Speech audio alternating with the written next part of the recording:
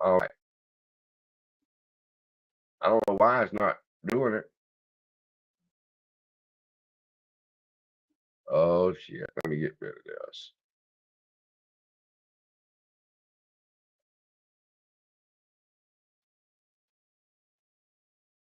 It's not doing it like it should. It's the pre-market show. Give me just a second to figure this shit out. I'm still not awake. Just woke up. It's still not doing it. Anyway, fuck it. What's happening, everybody? I missed y'all.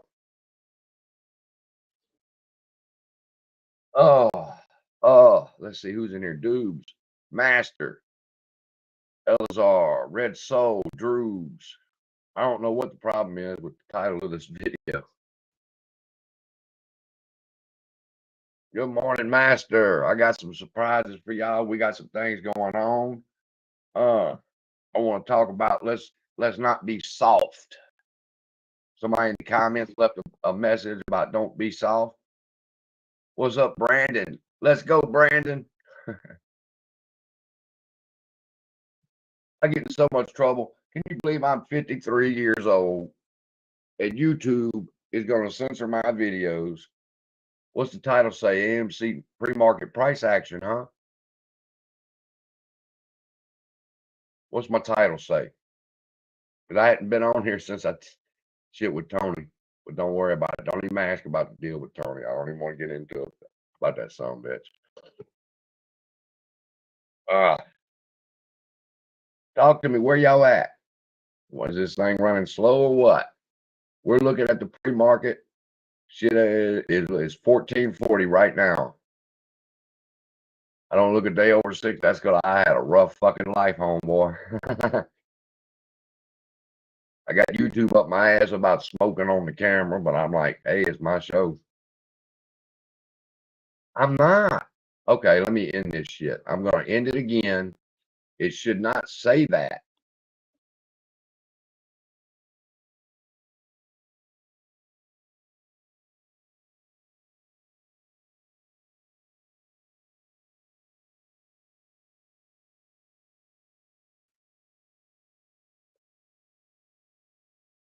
I don't know. Let me end this real quick. I'll be back shortly. Just be cool, darling. I will be back. I love y'all. I will be right back. Let me figure out what the title's problem is. All right. Anyway, man, fuck it. I ain't ignoring that. Just ignore it. No, I don't want 300 people getting on here seeing a fucked up title. It should say AMC pre-market price action. I did. I changed it. And when it says this one that I stopped,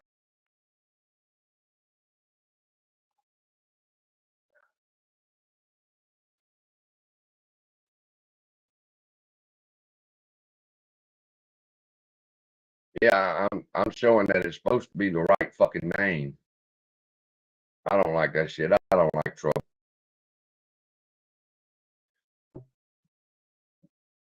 Long fucking cigarettes. Lies. There. Try this. Paste. Paste. Now, god damn it, it should be right. It's right now, huh? It should say it now. I'm gonna reload it.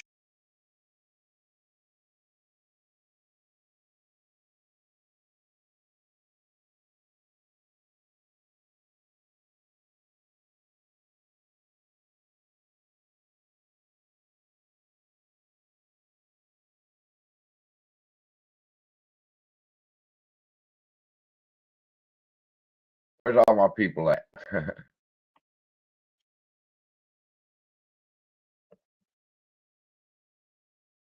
Damn, what's going on, buddy?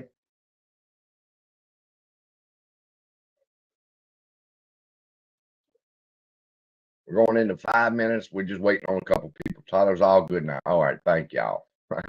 Now I gotta figure out. I don't guess I should worry about it. I don't give a fuck. Y'all know me. I gotta check my emails. I'm looking for maybe if Froggy Styles comes on. Froggy, y'all want to see Froggy Styles? If he comes in, what's happening?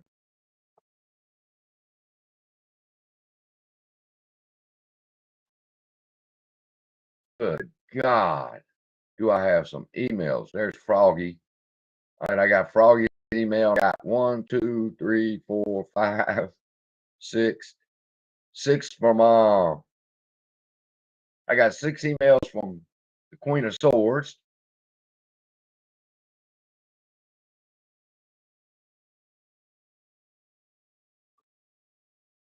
We're gonna talk about being soft. I got a question. Are y'all soft? Let me turn this light on. Get a little more light in here for y'all because I just got up. Me and Boom Boom fell asleep in the recliner. We was watching a couple videos. Been watching Rico.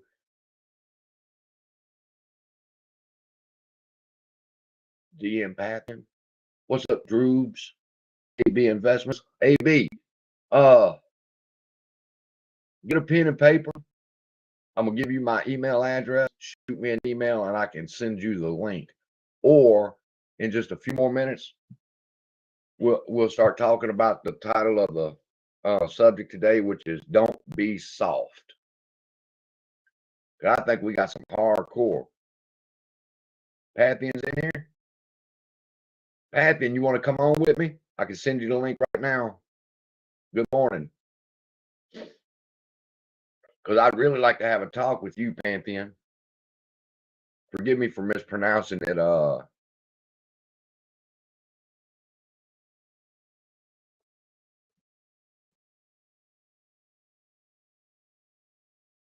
Soft. Soft stands for sell out of frustration and tension.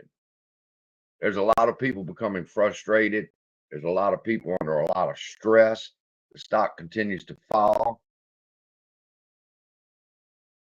Y'all be asking me some hard questions. What I think about Teddy Zane's video. Y'all know what I think about Tony? Then y'all want to know what I think about Teddy Z. Teddy Z's even worse. I can't stand. Hold on a second. Get half my face in the screen here. All right, y'all listening to me now? Okay. There really ain't no synthetics. I called 2 reputable brokers. He sounded like fucking Lou in that video. I didn't even get past 4 minutes.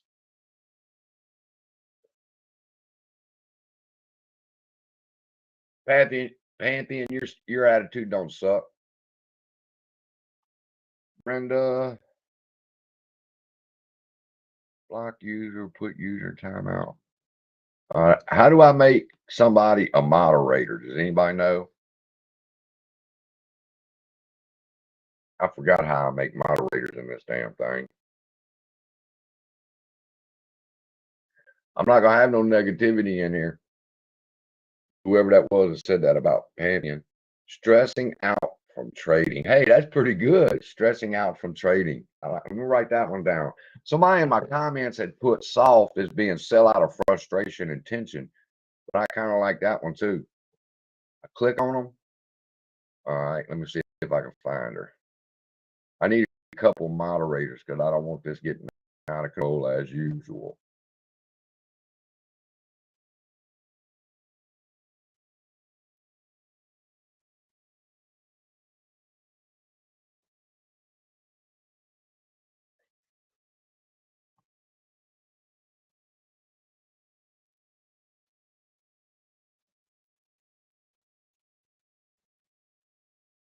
David. All right. David's in timeout. Be talking shit about Pantheon. Pantheon's one of the better ones out there. Yeah, I'm awake now.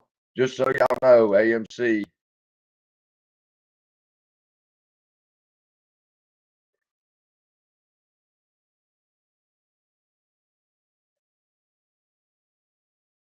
Let me see where I get the link. Invite somebody to this damn thing. Oh, Where's the link? Where's the link? I've been asleep. No arguing in the chat. We can have a adult conversation. We don't do that. Losing initial money played limp. That's pretty fucking good.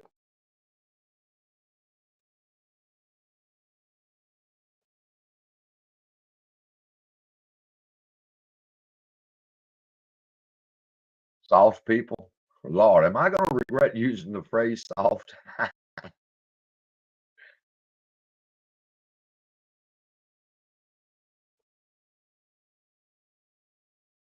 Agree to disagree, but be respectful. That's the same thing. Do you notice? I waited until I got away from the Mandalorian before I said what I had to say. I didn't say anything about anybody, because I respected Mandalorian's live stream. So I'm not going to be ugly in his live stream. I say what the fuck I want on my own channel. And it's the same thing with everybody else. Say what the fuck you want on your own channel. But when you're in a live stream, let's be respectful. Soft was never good to you. Man, if I figure out how to make a moderator.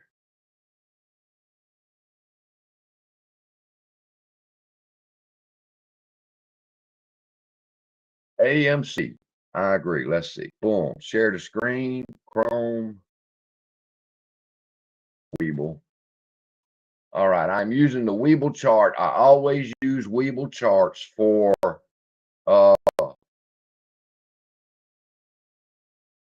my pre-market because it has the better chart for pre-market. If you look over here on my trading view is not too good for pre-market. It's perfect for everything else. But right now we're looking at AMC pre-market is down 9. GME pre-market is up 179, 178. So they barcoded all this time and now they're on the move. That's good. They've been in the aftermarket and moving now. That's good. Let's see some of these other ones. BBIG, they've been doing rocking. Sin's rocking, just 1%. But Prague is down 8 cents. Mark, which I have Mark, I don't have much Mark at all.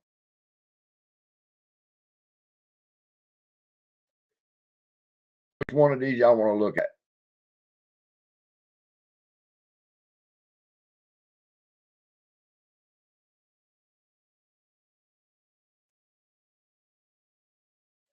You invite people.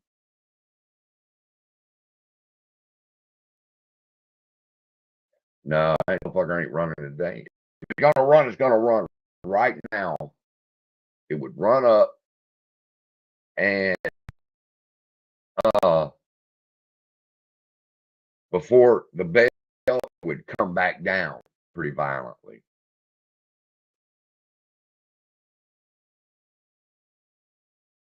Tell me what's going on. How's y'all week been? Somebody else said don't buy Mullen. Shoot over here. I don't have Mullen on this list. Let's see. Do symbol. They said he wouldn't cut Mullen with a 10-foot pole. There it is. It's running again. Okay. Since there's Mullen. Mullen has moved up from 71 cents to $1.42. That's 100% right there. And then this morning it's on at $1.80. I like Mullen. I think it's a little late. Mullen's Squeeze, it looks like. So you got 1,000 shares of Mullen at 93. Listen, here's the thing, people. It's not financial advice, but you have to learn to have an exit strategy. Ooh, invite guests. Who the fuck would be calling me at 3:30 or 4 o'clock in the motherfucking morning?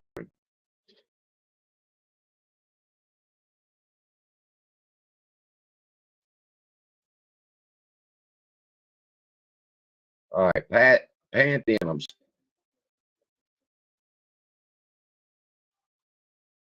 I'm sending Pantheon a link, and then maybe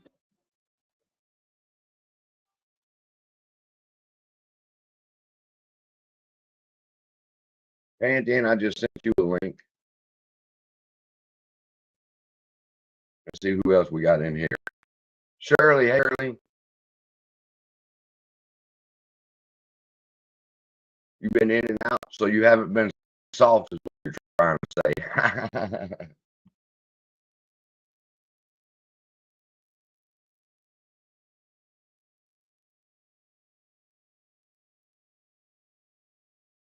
Talk to me.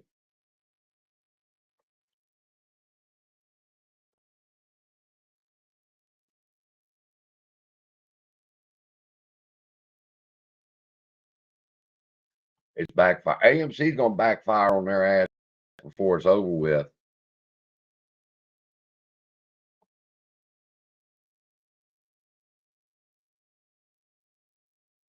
US Steel, give me the Paul, the ticker symbol, and I can do that.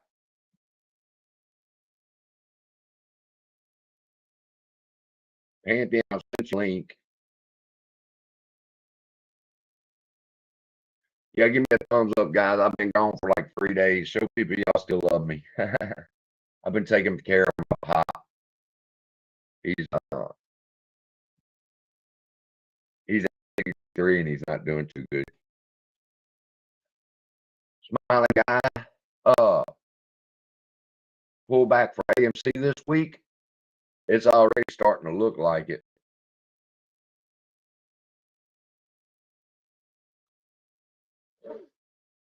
Which is cool. I'm cool with a pull that motherfucker back. Y'all want to drop this big, drop it. If it drops, the average investor can invest a little bit more. We know it's ripping. We know it's fucking ripping, especially some of the articles and stuff that I've been reading.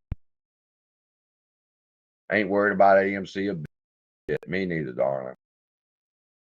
Here's the thing about AMC. It's investment of contrition.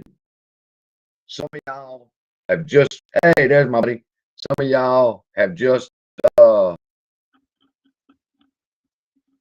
got in AMC, and y'all wondering when it's going to blow up. And the fact is, we've been in this son of a bitch for a year. Some of us a year, some of us 6 months, some of us 9 months. We just hold and buy more.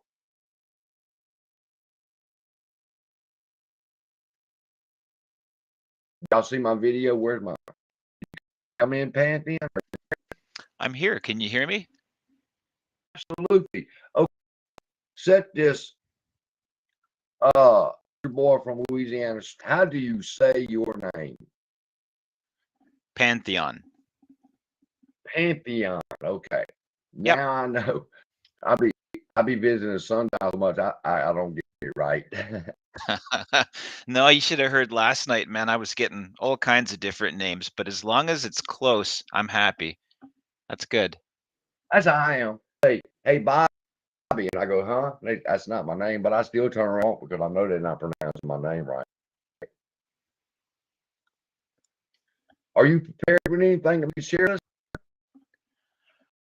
Would you like me to address that little thing off the start with that gentleman in the comments? I'd be happy to clarify that if you would like, or if you don't want me to, I can skip past That's that. fine. That's fine. And we'd also like to hear when I was on the well, I wasn't there while I was in the chat at the Massillon, and you were explaining 5 billion debt. We'd like to hear a little bit about that, and then after you through, maybe discuss Brenda's idea of a rights offering, and could that help?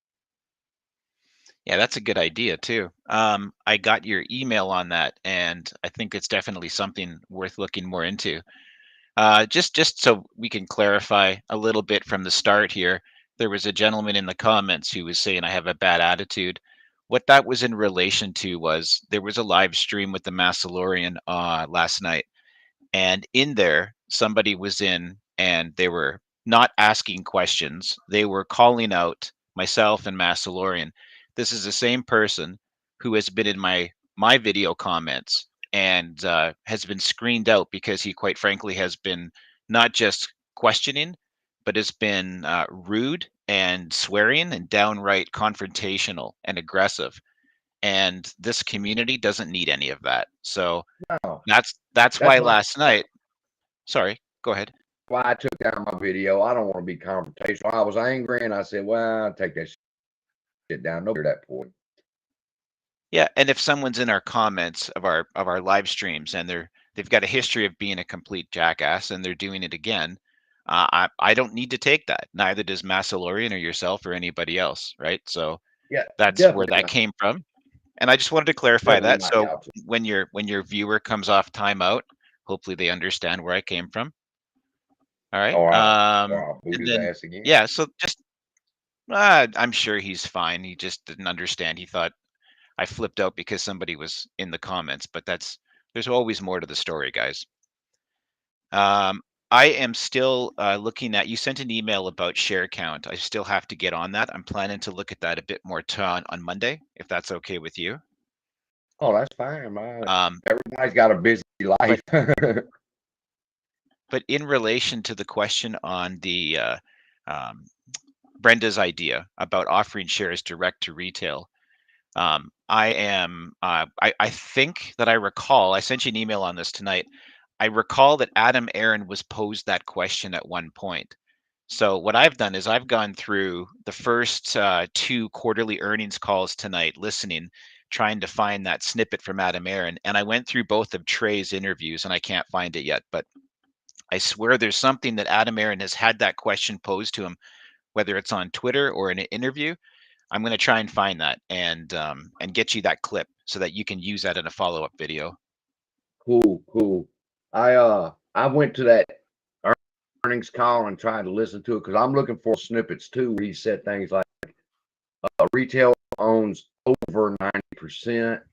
And I'm like, well, how is that possible if you have institutional holders, insider holders, retail holders, and all these other short interests that you have to count into we hold 90%. If you're not going to add them in until afterwards, well, then you automatically show synthetic or naked shorts. It's just my opinion. Yeah, everybody's math is a little bit off, a little bit different on that. I just got to put some time with the numbers to help out. But you asked about what do we have new.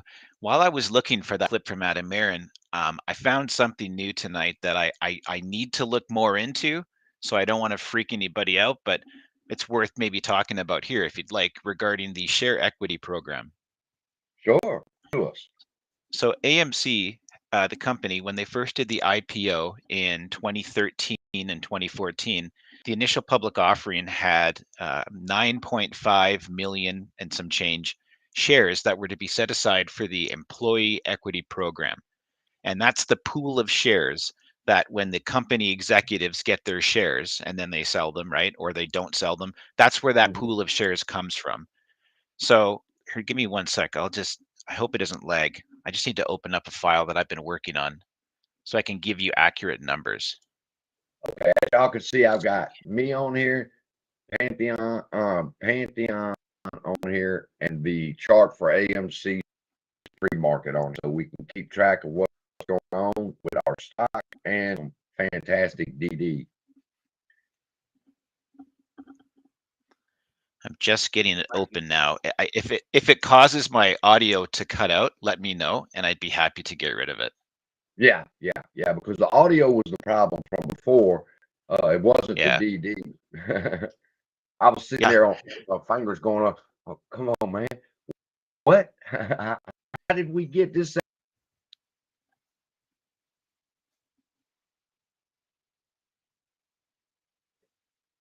Well, everything just changed on. Yeah. Okay. Are you still there? Oh yeah, we're here. Oh, good. Okay, so what I've got is in the initial public offering, and remember, AMC put in an IPO in I think 2006 or 2007 and pulled it back, and they did another one in 2010, 2011. I've got a history of AMC video I'm working on. And then they eventually did go to market in 2014. Wanda purchased the company in 2013, and a year later, Wanda then wanted to take them public. And in that, they had 524,173,073 shares of Class A common stock. Now, this is where it gets a little interesting, because in my reviews trying to find that clip of Adam Aaron talking about selling shares directly to retail as an idea that could help you with yours and Brenda's idea that you want to discuss further, I was going to find that clip and give it to you so you can use it in a video. I found that they revised this share equity program a couple of times. So let's just take a step back. Class A shares, there was just over 524 million. So AMC has the ability for 524 million shares of Class A common stock. And right now we're at 516. So there's, just around 7.5 million shares roughly that are left. It doesn't mean they can Right. sell. It doesn't mean they can sell them.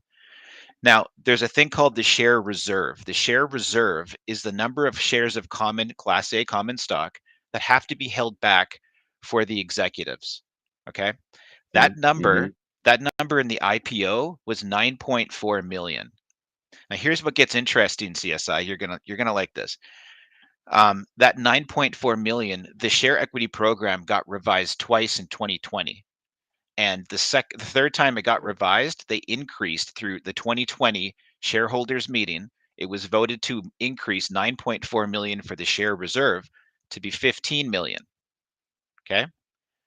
So now Mm-hmm. the company's documents state that they have 15 million shares to hold back for the share reserve of the share equity program. Remember back in 2021 when Adam Aaron sold 20 million shares out of nowhere? Yeah. And Yeah. I was on Trey's second interview. All this I just kind of went through tonight, and this all popped into me as I'm looking through this. So in Trey's second interview, he wasn't very happy that time, and he said to Adam, we feel like we may have been bamboozled, or whatever the term he used was. But what Adam said was the 20 million shares they had just sold, there was 8.5 million shares, I think, to Mudrick, and 12 million shares to somebody else. Those shares, those 20 million shares, were to be set aside for the senior executives. Do you recall him saying that? Yeah. Okay. So what is he talking about? The company had 20 million shares set aside for the executives, but the share reserve originally was 9.4 million, and then it was revised in 2020 to be 15 million. So where the hell does 20 million shares for the executive compensation program come from? It's only 15 is the limit, not 20. Now, separate from that, they sold the 20 and said they were giving that up for the company to make more money. And sure, they did, right? The company got the money rather than the executives. But as you can see in the Form 4s that are coming out in 2022, they're still getting their executive compensation program, and there's still 8.5 million shares, or 7.5 million shares left in the share reserve of 9.4 million. So this 9.4 million share reserve, when you take a share out to give it to an executive, it comes out of that reserve. The Mm-hmm. reserve drops by a share, right? Okay. Right. Right. Right. So the share reserve of 9.4 million originally, which is now 15 million, still has 7.5 million shares in it. Yet Adam Aaron claims 20 million shares got sold to Mudrick and another entity because they took him out of this program. This is the part where I'm getting tripped up, and I shouldn't even have said this tonight, because now people are going to say, what the hell? But I got to look into this more and find out what is he talking about, because the numbers don't add up. Your limit's 15. You sold 20, claiming it was out of that program. You still have You claim you 7.5 in the still have program. more. Right. So like they do have 7.5 million shares for executive compensation, and they have to, because these people get most of their compensation through shares. But I don't understand his whole 20 million share from the executives. Anyways, we can let that percolate for a bit, and it's probably a good explanation, as there always is. I got to find that, but that's something I just came up with in the last, I guess, 30 minutes before you went online. Yeah. Wow. It's the man. As you was writing them down, the numbers down, and Well, I can email all this to you if you'd like as well. I'd be happy to do that. oh yeah, sure. I'd love to read it.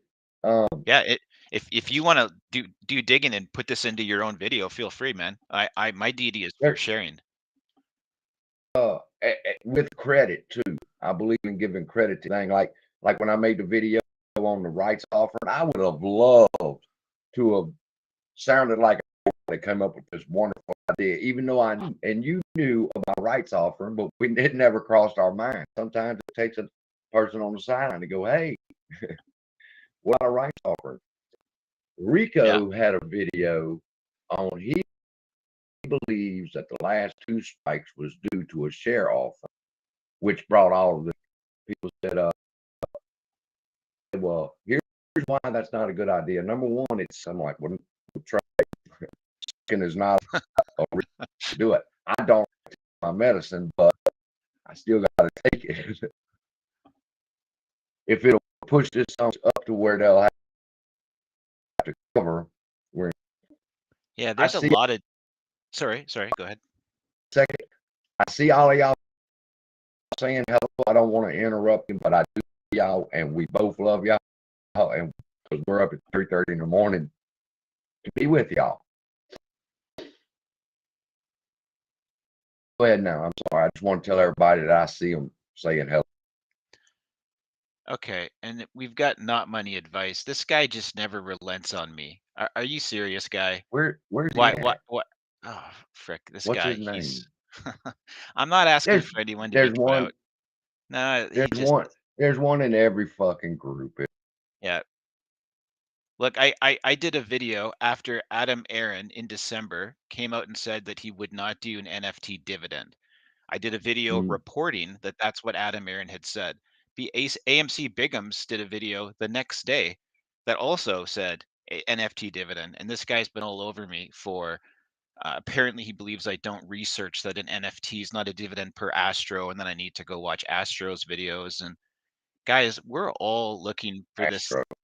We're all looking for this thing to just to squeeze, and we want everyone's comments. But when you repeat the same thing 25 times in all caps screaming and you swear in my comments, I'm not going to respond to you. So that's it's 2 a.m. for me. So this is what you're going to get at 2 a.m. from me. Sorry, CSI. No, that's fine, man. All right, let me do some clarification here too on me and my channel.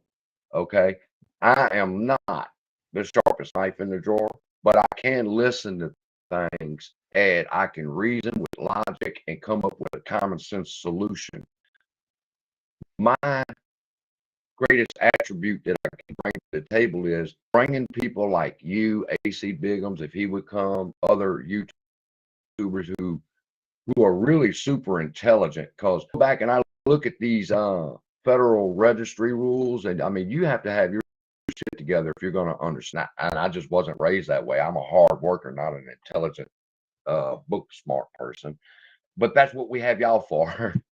So we bring y'all on, we ask our questions, and you give us the best answers that you have. So we appreciate the rest of the AC Bigums and the rest for all y'all's hard work. I appreciate that. And is my audio still coming through good? I'm a little nervous. It's perfect. Perfect. Okay. I was just using the mic built into an old Surface Pro for a few live streams early on, and that clearly didn't work. So I got a new headset. I'm feeling better about this. Okay. What's next on your list, sir? What do you want to go to? How can I help? Talk about, you was talking interesting, the 5 billion in debt that we have. And I'd like to hear more about that. How exactly did that happen? Because you were cutting in and out on the Mastorians, and we'd like to hear how are we? Because I'm not going to say how's AMC, I'm going to say how are we, because we are the majority shareholders, so we own the company. So explain to me how we are 5 billion in debt, and then after that we could talk about what we could do to get out of that debt. Sure. I'm actually working on a video of this right now, and the title of it is called "The Debt History of AMC," and I'm doing it in my typical PowerPoint presentation style. And the the damn thing's at 83 slides already, so you can tell this is going to be it'll be a long freaking video. But I'd be happy to give you the Cole's Notes version. I don't want to talk too long and bore your people here. Sure. But basically, I can walk you through quickly it's probably easiest if I just walk you through the timeline of AMC, and then we can get to the components of where the debt comes in. It gets there very quickly. There's a lot of stuff from 2000 on. But for However anyone you that, feel, however you feel to sorry, tell a story, however you feel to tell a sure, story, it's your story to tell. sure, okay. Well, if you could just give me the platform for just a few minutes, and if the people in the comment section, I'm not trying to bore you, but if you guys are interested in the history of AMC theaters, this is going to be quick to get to the part where we talk about the debt. But in 1920, Regent Theater was purchased by the Dubinsky brothers. And the Dubinsky brothers were three gentlemen, Edward Dubinsky, Maurice Dubinsky, and Barney Dubinsky. And the three of them were basically live performers. They took tents around, kind of like the circus, but not quite. And that's how they presented. And these gentlemen were forward thinking and thought the theater business is the way to go. So they purchased Regent Theaters in 1920. In 1961, they renamed Regent Theaters to be American Multi Cinema. And that was then taken over by a gentleman named Stanley Durwood as the CEO. Now, here's where it gets interesting. For some reason, Stanley Durwood used to actually be Stanley Dubinsky. So Edward Dubinsky was his father. And why he changed his name to Durwood from Dubinsky, I have no idea. I can't figure that out. But that's a strange thing to do because the Dubinsky brothers were Hmm. well known in the entertainment industry. Nevertheless, we'll move quicker. This isn't the learning channel, so we'll move quicker. Yeah, yeah, In 1963, AMC built the first ever multi-screen theater, and basically what they figured was if you could have an upper level with another screen stacked, you could actually have two people or two different commissions in there because they weren't selling the theaters out, and that way they doubled up their revenue with the same rent. So these guys were really forward thinking, and you'll see AMC actually has quite a bit of innovations. Now, for the people that are here listening that say, "Hey, I'm just here for a squeeze, I don't care," just bear with me, man, because it's good to yeah. know about the company we're in, right? So the company was incorporated by Stanley Durwood in 1968. In 1983, Durwood took the company public. So AMC was a publicly traded company in 1983, and it was on the call sign AEN. And at that time, Durwood sold 12% of the company to raise funds. Now, in 1995, AMC opened the world's first megaplex. So this is where you have stadium seating. They were the first ones to do that, which was pretty sweet. In 1999, Durwood died and was replaced by Peter Brown, and that's a kind of a telling point. Is at 1999, that's when the story starts to change because the Durwood family or the Dubinsky slash Durwood family, they had a vision and they took this company from the ground and built it into everything that it's become basically today. But at that point, when he passed away, he was replaced by another long-standing employee of the company named Peter Brown. Now, in 2004, AMC went private and they were sold through Peter Brown to a company called Marquee Holdings. And Marquee Holdings is going to be interesting for you guys because Marquee Holdings was a joint company by JP Morgan and Apollo Global Management. Okay. Now, Apollo Global Management, what we're going to do is we're going to combine the history bank, or, wow, that's the wrong word, the history debt of AMC with Adam Aaron's work history. If you want, I can kind of merge it all into one Yes, whole because see, conversation. that's where I started getting really interested is when you brought in AA's involvement into the Apollo. Yep. And, oh, and I'm like, oh, wait a minute. There sounds like a serious connection here that's kind of strange. But it has a fairly happy ending. Yeah, So you did say that. so we got to 2004 in the AMC history. We're going to just back up to 1991. And in 1991, a company called Gillette, you guys have all heard Gillette, right? Yeah. They actually declared bankruptcy through Chapter 11 bankruptcy in 1991. Now, what happens is companies that want to, if you guys have seen the original movie Wall Street, not the sequel, but Wall Street, Michael Douglas's character, Gordon Gekko, what he does is he buys companies and then breaks them into their Breaks them multiple up. components and sells them for more pieces individually than they were worth as a whole. Okay. That's what Apollo Global Management does. They buy companies, they break them up, and they've since adapted into some longer holdings, but that's basically what their MO was. And how they do it, and I'll say allegedly, how they do it is they get hedge funds to naked short these companies to get the share price down to basically nothing. Okay. So when the share price gets down to almost nothing, and the lower the share price goes for a company, and in this case it's Gillette, and you're wondering, why am I talking about Gillette? Stay with me. This is all going to come together. So while they were shorting Gillette down to almost nothing, they don't have equity in the stock price, and it makes it very difficult for the CEO of Gillette to go borrow money to keep the company afloat. So as the money dries up, then the only places they have to go to get their money is to specific people who lend to troubled companies like Apollo Global Management. So think of it like this: you're in trouble with your mortgage, your bank won't lend you any money, so you have to go to the loan shark down the street, where you're going to get very, very bad terms, right? You're going to have a big vig, and it's going to bleed you out. Tony Soprano is going to bleed you out, right? He'll take everything you've got. So what happens is Apollo gets these hedge funds to short these companies down to nothing, and then what Apollo does is they come in at the end and say, "Hey, CSI, I can save your company. Borrow $500 million from me as a bond." And you think, well, why would they do that?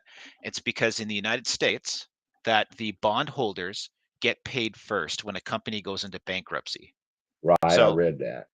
the bondholders get paid first of all the assets, but of the bondholders, the first bondholder at the table is the one who put the last money in. So if you're the last one to give them money on the verge of them dying, and you know they're going to die because your hedge fund buddies have shorted them to death, and you're going to say, well, what's in it for the hedge funds? If the shorts take the company down to a stock price of zero, they don't have to buy back the shares to close up their shorts, and therefore Right, they keep all of the ill-gotten gains with no capital gains tax. So right. that's what's in it for the hedge funds. It's all a coordinated effort. Okay. So these hedge funds, all right, so get back to the story. So these hedge funds destroyed the stock of Gillette, and Apollo was the last one in. And so Apollo got first dibs. They got first bite of the turkey. And what did they choose? They chose a company called Vail Resorts that used to be owned by Gillette. And Vail Resorts is a ski hill, like an Aspen type thing, right? So Vail Mhm. Resorts has all these different ski hills. Now, when Apollo took them over, then this bankruptcy, this doesn't happen immediately. This takes years to happen. So they took over Mhm. Vail by 1996 through bankruptcy court. And in 1996, who did Apollo insert as their first new CEO? Adam Aron.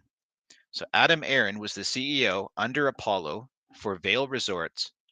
Um, yeah, yeah. Thank you, Brenda. Not He was the CEO of Vail Resorts from 1996 to 2006 for 10 years. Okay. Now, what happened? CSI, you still there? The Yeah, comments have I'm the comments have listening. yeah, the comments have completely stopped. Have I just destroyed your entire audience? Uh-uh. I I hope think not. everybody I think everybody's actually intrigued listening. Okay, well, I'll keep plugging away. I hope I'm not driving your people away. Okay, You're so not. he was the CEO from 1996 to 2006. Now, during that time, and let's back this up. So, who the hell is Apollo Global Management? Apollo Global Management was started by two individuals, a guy named Josh Harris and a guy named Leon Black. And you might recognize the name Leon Black. Why? Because he's one of the guys that lent a boatload of money to Jeffrey Epstein and is being investigated with the whole Jeffrey Epstein. Oh, Yes, Lord. these are the people. These are the kind of people we're talking about, right? We're not going to mention Leon Black again, but this tells you, right? Now, Josh Harris, we are going to bring Josh Harris up again, and you'll see him pop in with AA numerous times, including coming up to 2020 with AMC. So Adam Aron is the CEO of Vail, and as we get to the end of his time at 2006, nobody knows he's going to resign. In 2005, he puts forward an item to the shareholders to introduce a whole bunch of different stock options for the executives of Vail Resorts. The shareholders approve it. Now, the reason the company gave for doing this was they wanted their executives to be able to buy homes in Vail right there by the company. And as soon as they approved it, within 6 months, Adam Aron sold all of his stock options and immediately quit the company. Now, where did Adam Aron go after he quit? He went to go work directly for Apollo Global Management. Okay. Okay. Now, let's back this up a little bit from 2006 to 2003. What some people don't know is that in 2003, and I mentioned this earlier, 2003, 2004, we're back to the AMC story now. AMC went private by being sold to Marquee Holdings. Marquee Holdings was a joint effort by JP Morgan and Apollo Global Management. So in 2003, 2004, Apollo Global Management and JP Morgan owned AMC privately. Okay. Right. All right. So now in 2006, Adam Aaron resigns from Vail Resorts, goes to work for Josh Harris at Apollo Global Management. Now we'll jump to Adam Aaron's history. Going forward, everyone knows Adam Aaron was CEO of the Philadelphia 76ers. But if you ask who owns, so I'd ask the question, who do you think owns the Philadelphia 76ers? Well, it's Yeah. Josh Harris, right? So Adam Aaron is a 20% minority owner of the Philadelphia 76ers and was put as a CEO under his buddy Josh Harris, who was the majority owner of the New Jersey Devils. He's the majority owner of um, the Philadelphia 76ers and a bunch of other things. I mean, the dude's a multi-billionaire, right? Mhm. So, once again, establishing the close connection between them. So he worked for him at Vail, he worked for him at Apollo, and now he works for him as a 76ers CEO. Okay. Mhm. So now we get back to AMC, and we are at 2006. AMC buys. So we're getting into the debt now. Okay.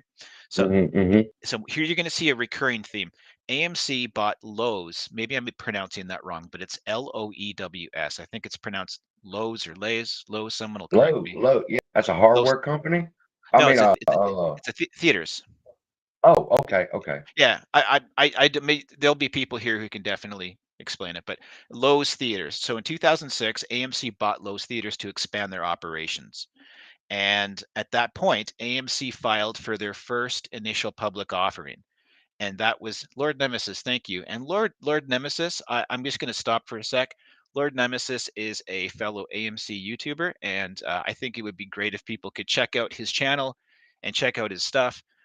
This dude talks from the heart, and he's one of us. So, Lord X Nemesis, I'm really happy to see you here in the chat, my friend. All right. Real quick, if you don't mind. Yeah, please. Lord, if you get a pin down real quick, give you the email, you shoot me an email and you can come on too. I've heard Lord, I've seen two videos about Lord by Feel For Real and somebody else. So that's when you get through, we can have him and let him share a few things. But my email address is commonsenseinvestor2022@gmail.com. Shoot me an email and we'll get you on here next. Oh, I'm sorry about that, Pat. No, it's all good. It's all good. Okay, so in 2006, the same year they purchased Lowe's Theaters, they also filed for their first initial public offering, right? So they went public in 83, they went private when they were purchased in 2004 by Marquee Holdings. In 2006, Marquee wants to put together an IPO worth $789 million, but they withdrew that the next year in 2007. You'll see a theme. They go to buy companies and then they put out an IPO to help pay for it, but they withdrew it because in 2007, things weren't looking favorable, and we all know what happened in 2008, 2009, right? Yeah, So it crashed. also in 2006, AMC was one of the first to partner with IMAX, and they jumbled out 125 IMAX screens across the USA, which is pretty sweet. In 2009, AMC changed their CEO to be a gentleman named Gerardo Lopez, or Jerry Lopez, and he started March 2nd, 2009. At this point, Adam Aaron's still working for Apollo. Okay, he's not at the 76ers yet. In 2010, AMC buys Carasotes Theaters to expand their operations like they did with Lowe's. And also that same year, AMC files for an initial public offering worth this time 450 million, but again withdrew it because in 2011 things still hadn't been worked out financially across all the markets and they felt it wasn't a good time. And it wasn't, because their first initial public offering under the ownership of Apollo was for 789 million, and now a few years later they're coming back asking for an IPO of 450 million. So you can see that the market's just not looking like the valuations there, right? So then in 2011, this is an interesting little part. So Adam Aaron's with the Philadelphia 76ers. He's now with AMC. But what's interesting is Wow. AMC at this point then decides they're going to kind of I don't know how to say this delicately, but they're going to kind of put a gun to the head of the state of Kansas and say, we're going to move our entire operations away from Kansas City. They were downtown Kansas City. So they got $47 million of incentives to stay in the state of Kansas, but move from Kansas City to Leawood, Kansas, which is where their head office is currently set up now. Just a little interesting side note. Now, this is where AA converges back with AMC. Okay, so now we're in 2012. This is the part. All the stuff up earlier was just a lot of research in DD that I've done that I thought you guys might find interesting. What we're going to get to now is the debt. Okay, and Mm-hmm. more specifically, some more about Adamaran. So in Okay. 2012, AMC was acquired by Wanda Group. You guys all know Wanda, right? Mm-hmm. So Mm-hmm. in 2012, the Chinese government told their private Chinese companies, we want you to invest in international businesses and international companies, and we want you to invest in and branch out. So Wanda went out and they bought Dick Clark Productions. So Wanda owns Dick Clark Productions, right? Dick Clark Wow. Product. They do the whole New Year's countdown, right? Yeah. The So they younger people here don't know who Dick Clark is. I remember watching Dick Clark every new. when you guys watch TV at New Year's and you see Donnie Wahlberg and whoever else, and they're Yeah. watching the ball drop in Times Square, They that the Dick Clark Productions they runs that. first. So I think they were on one of the last ones I saw. Those two, him and his wife. He's married to, I don't know, some former playmate. Anyways, none of that's important. Back to the story. So in 2012, AMC was acquired by Wanda Group for $2.6 billion in a private sale. And that at this point, Wanda also bought Dick Clark Productions, and they bought another production company. So Wanda has maxed out between those two purchases and AMC. They've maxed out their debt to income ratio for their ability to get more lending. Okay. So what they did, their initial intent was they would buy AMC and they would also purchase a couple of theaters in the UK and Europe. But instead, and to our benefit, they ended up doing them through AMC. So 1 year Mhm. later, after Wanda acquired the company, AMC went public on the New York Stock Exchange as call sign AMC, as we all know. So 1 year after Wanda purchased them, Wanda went public because they wanted to recoup some of this money right off the bat. Now, what also happened around this time is, we'll get to 2015. So that's 2013. In 2015, now, Gerardo Lopez is the CEO. Adam Aron's not the CEO yet. He will get brought in by Wanda. Wanda is the one who brought him in. So when we remember last spring that we had all these people saying, oh, Wanda's killing us and Wanda's selling shares and they're dropping shares, and Adam Aron kept defending Wanda, it's because Wanda's the one that brought him into AMC. So in 2015 in July, Paramount and AMC decided to drop their 90-day theatrical release. And you guys will remember when AA talks now, he says, tap when he's done. good comment, CSI. Mhm. I'm getting there. I'm getting there quick, guys. I swear I won't No, filibuster. take time. We don't want to skip nothing. Or you could, if you skip something, you miss an important part. So when we hear AA talk now, he says we have a theatrical release window of 45 days for new movies, and then they're allowed to go to streaming platforms. Now, there weren't streaming platforms as large as they are today back in 2015, but there were some that existed. Plus, there was always the DVD market, right? So Paramount and AMC AMC had a 90-day theatrical release window, and for some reason in 2015 they agreed to drop it to only 17 days for a couple of different movies as a test. And they're two movies you guys have probably never heard of, but that was strange. Shortly after that, Gerardo You Lopez, see me pull back. I'm like, wait a minute. yeah. So Gerardo Lopez at that point disagreed with this. It was Wanda that forced this through. It made no sense why they would agree to drop from a 90-day theatrical window. So what they did was Gerardo Lopez said, screw this, and he resigned. Now, Gerardo Lopez, what he's known for in his time as the CEO of AMC was for doing all the renovations to the theaters. He was bringing them all up to brand new standards, bigger chairs, more comfy. AMC is the first theater that ever had a cup holder in the 1990s. Anyways, maybe it was the 80s. Sorry, it's the 1980s. But AMC's always done innovative things with the insides and the rent and the interior design of their theaters, and Gerardo Lopez was bringing them up to a new level of comfort.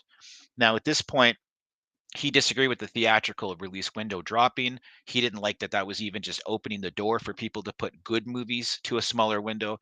So he abruptly resigned at that point in 2015 due to pressure from Wanda. So what does Wanda do?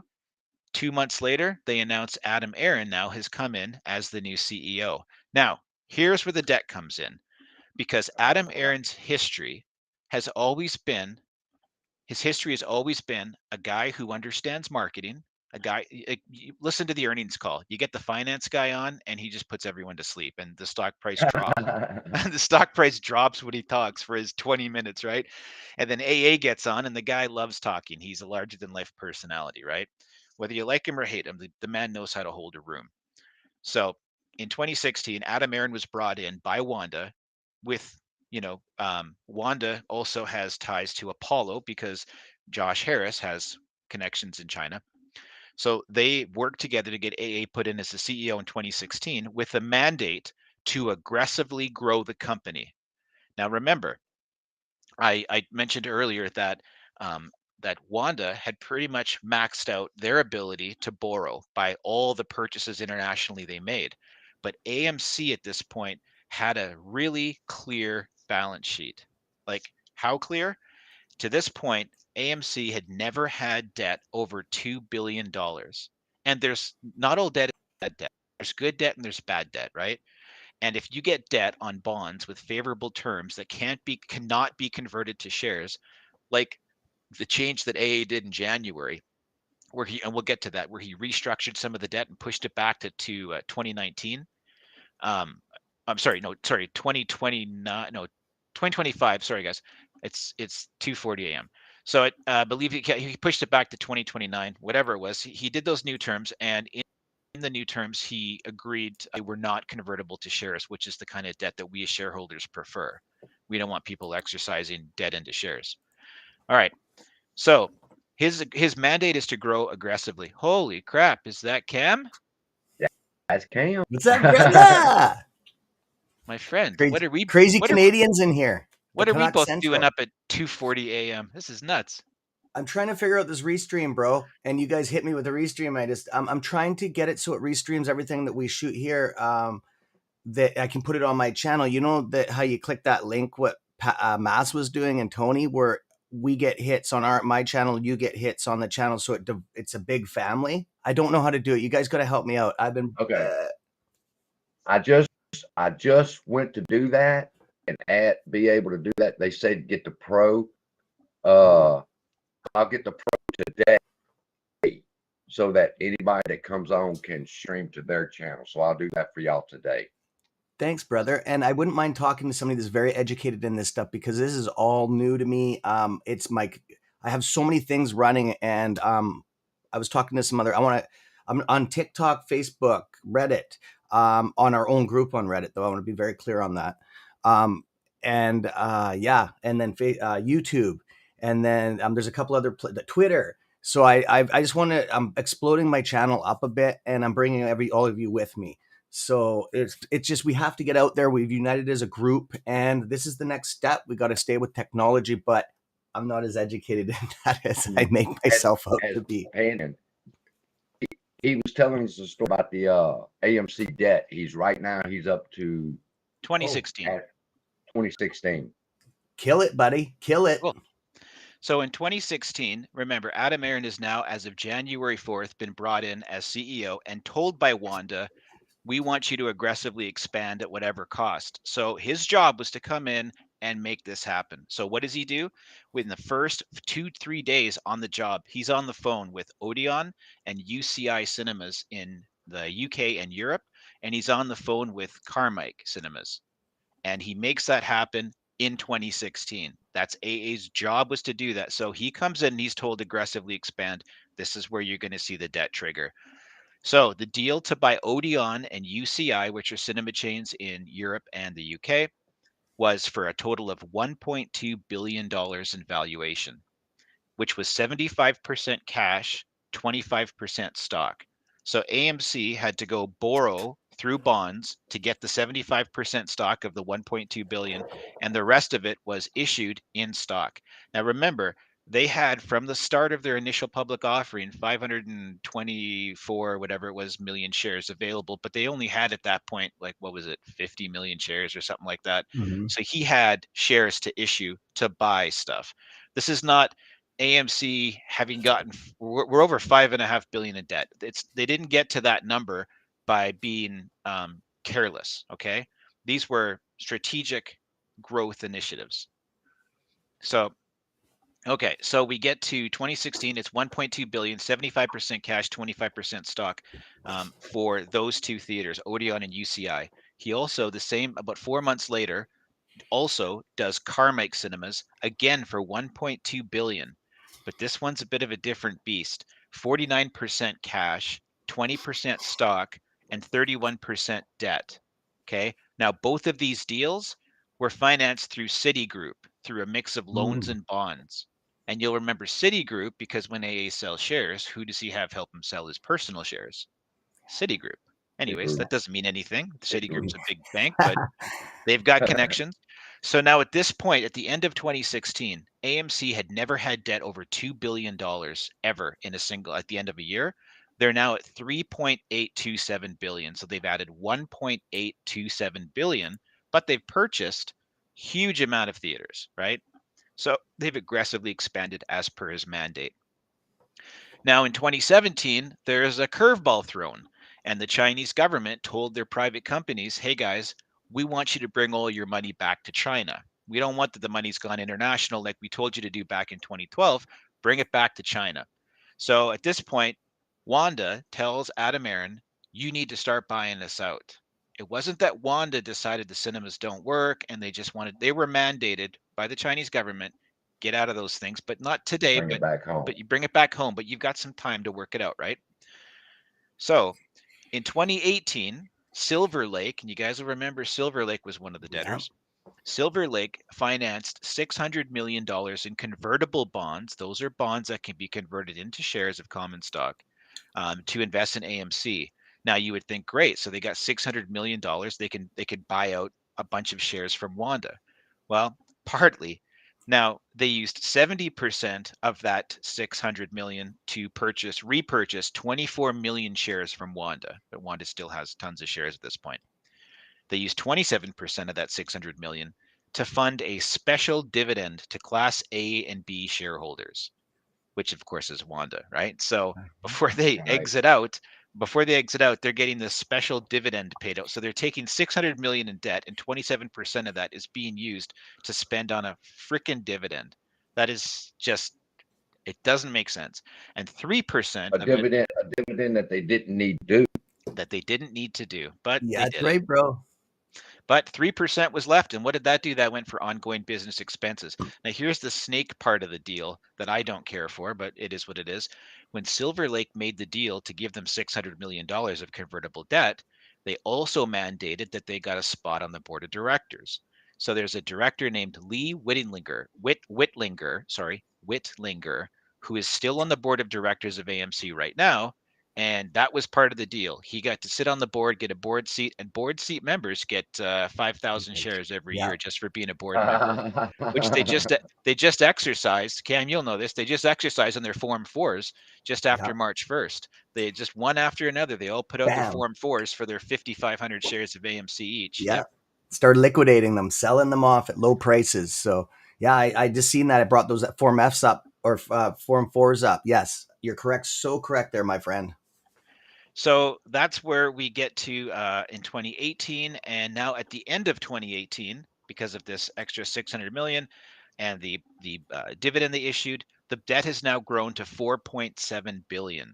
So they didn't really buy anything. They started buying out Wanda, but they went from 3.827 to 4.7. So they basically added $900 million of debt. Right now, what also is happening during this time is that Adam Aron is having to retrofit and renovate all of these theaters they purchased to be AMC branded. Right? They bought Carmike Cinemas, but they got to take the Carmike signs down, and they got to put the AMC signs up. They got to make things start looking like AMC. They're getting some of them set up for I'm drawing a blank because it's 2:49 a.m. the surround sound Dolby system, and the IMAX screens. Okay, so they're starting to get those things represented better in Yeah, those new that's correct. purchases. Now that I mean that costs money, right? Yes. Look how many theaters they got. So then that's now 4.7 at the end of 2018. Now we jump to 2020. And of course, on March 18th, the virus of unknown origins hits. And people crap on me when I say that. I say that because I know people who use the C word and they actually get strikes on their channel. So I don't risk that for people who let me live stream with them. So respect to CSI, I'm going to say it this way. So March 18th, 2020, the virus hits. 2020, they sold 15 million shares to various banks to raise capital. So there's another bunch of debt. Not all of this debt came from COVID. About $1 billion came from COVID. But in 2020, later they started in August reopening theaters. And then here's where we come back. So AA's CEO, the virus of unknown origins has caused a big problem with this company. Their income overnight, when they shut down those theaters, went to zero. There was nobody coming through those turnstiles to watch movies. There was no popcorn being sold, no sodas, no nothing. Okay. So they are making zero money, but they still have their rent. They still have expenses. Okay. Apollo, remember who's Apollo? Apollo is the guy that bought Gillette, took them into bankruptcy and got Vail Resorts out of them through bankruptcy court back in the 90s. So now Apollo sees this. Okay. And they're not necessarily wrong for seeing this. This is what they do. So they approached Josh Harris approaches his old buddy Adam Aaron, which has a 20+ year history together. And he says, look, pal, you guys are screwed. You're not going to come out of this, right? So let me lend you $408 million in bonds, but I want you to put up the Odeon assets as collateral because I want those Odeon theaters in Europe. And in return, when you die, I'm the last one in, so I'll get first dibs, and that's what I want. Dibs on the money. Now, at this point, if Adam Aaron wanted to kill the company, he would have took this deal. Not to say that they would have died, but that would have set his buddy up to take all the profitability out of this that he could. But AA told him, shove off. So instead, he went and made a deal for a $100 million bond with Mudrick Capital. You guys will remember Mudrick. And so when Adam Aaron said Mudrick actually helped him out and did him a favor, they actually did. Okay. We're not talking about the squeeze part, guys.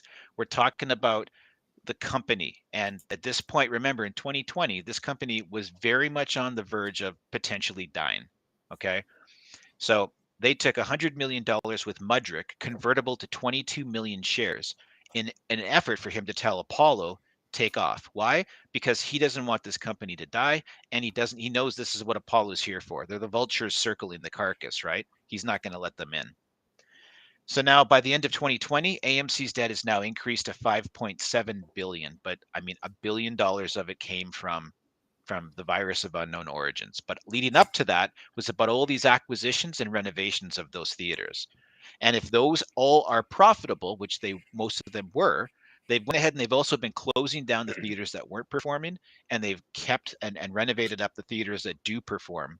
So this all helps increase the bottom line of the company, which people can say it's unimportant. I think it's important.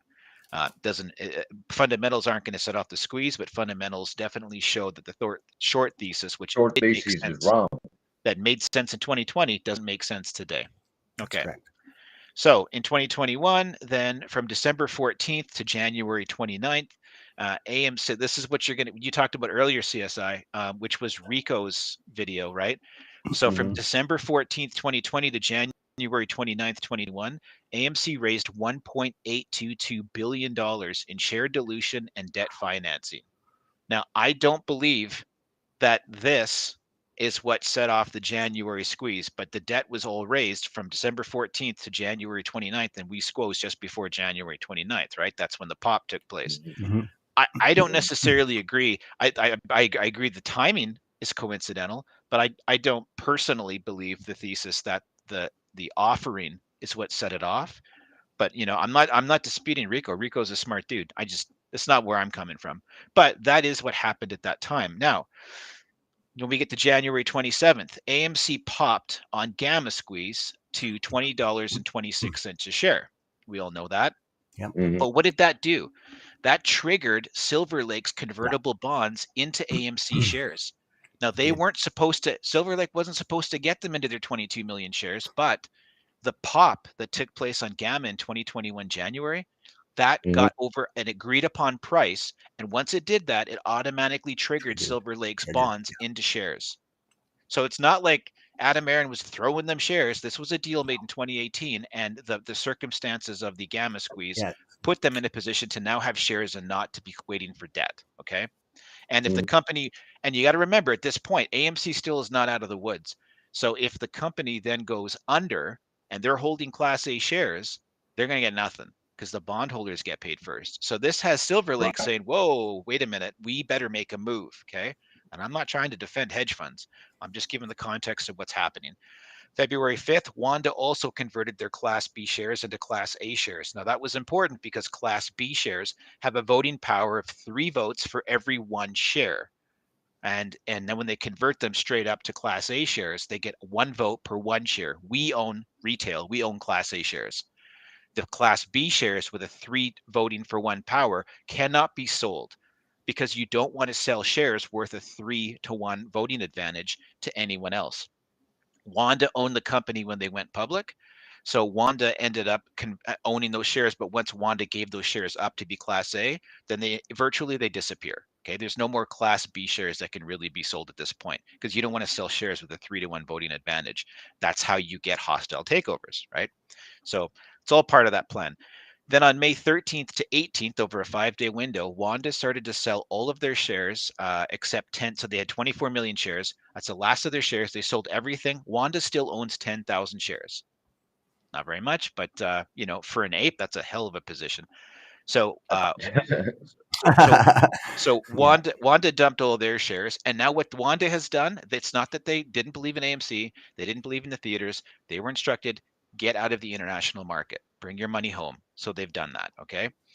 So they sold out, but the timing of it actually wasn't bad. And to be honest, when you look at the timing of the Wanda sales, they actually never hurt us. Other sales hurt us. Wanda didn't hurt us, okay? Then we go to June 1st. Mudrick sold all of their 22 million shares. But what's interesting is the press releases around June 2021 suggested that they got granted their shares then. They didn't. Their shares were triggered earlier, Mudrick, as well as Silver Lake. So anyhow, Mudrick sells their shares. Oh, I'm sorry, I'm getting that confused. Let me backtrack. Silver Lake had them triggered. Mudrick got new shares in 2021, but they had shares previously in a previous agreement. Okay, I'm back on track again. It's 3 a.m. You got to bear with me for a minute, guys.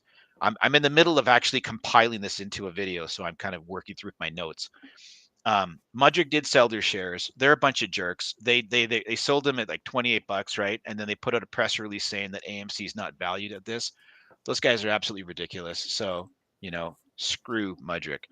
But at this point now, AMC's dropped their debt from 5.7 billion to 5.4 billion.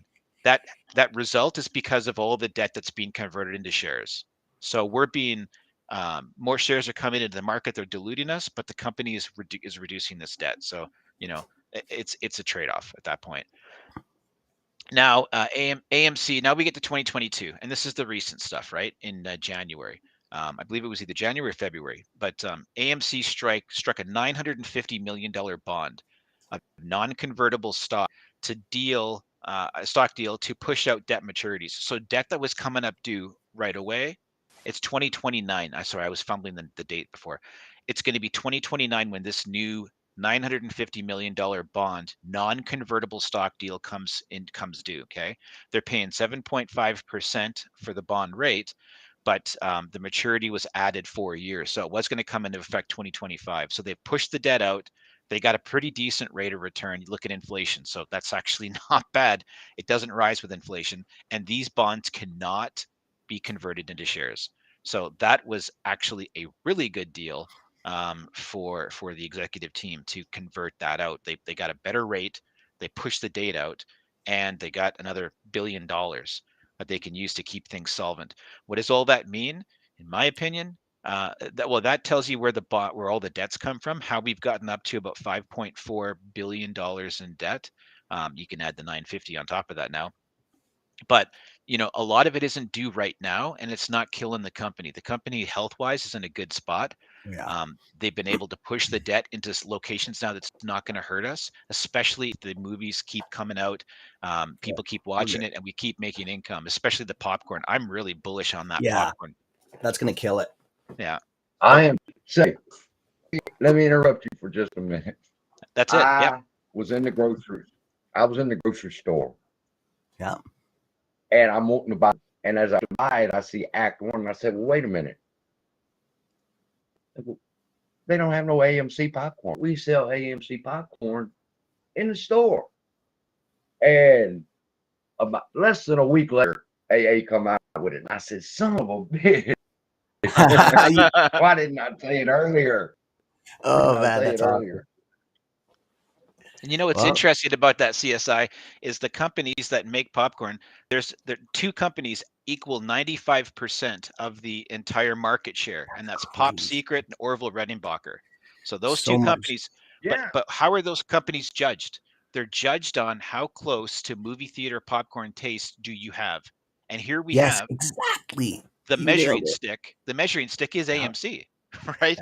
So, can we break in and get more than 0.5%? And I did a whole video on the AMC popcorn, and I've been talking a lot here, guys. I do not mean to hog the mic, but just give me one more second on the popcorn, and let me just open up that slide deck that I made so I can give you accurate numbers. And this is what people might be interested in. A lot of people I see are like, popcorn, who gives a crap? Okay, well, the people that supply the popcorn to them are the biggest popcorn suppliers in the world. And in fact, they can handle the extra load. How do I know? Because I called the company directly and I asked them, can you guys handle it? And that's Weaver Popcorn. I actually called them and at their head office and asked them about this. And surprisingly, they didn't tell me to shove off. You're awesome, brother. And you're awesome. Their distributors are through Vistar, and Vistar already delivers to micro markets, vending machines, specialty retail, hospitality, and campuses.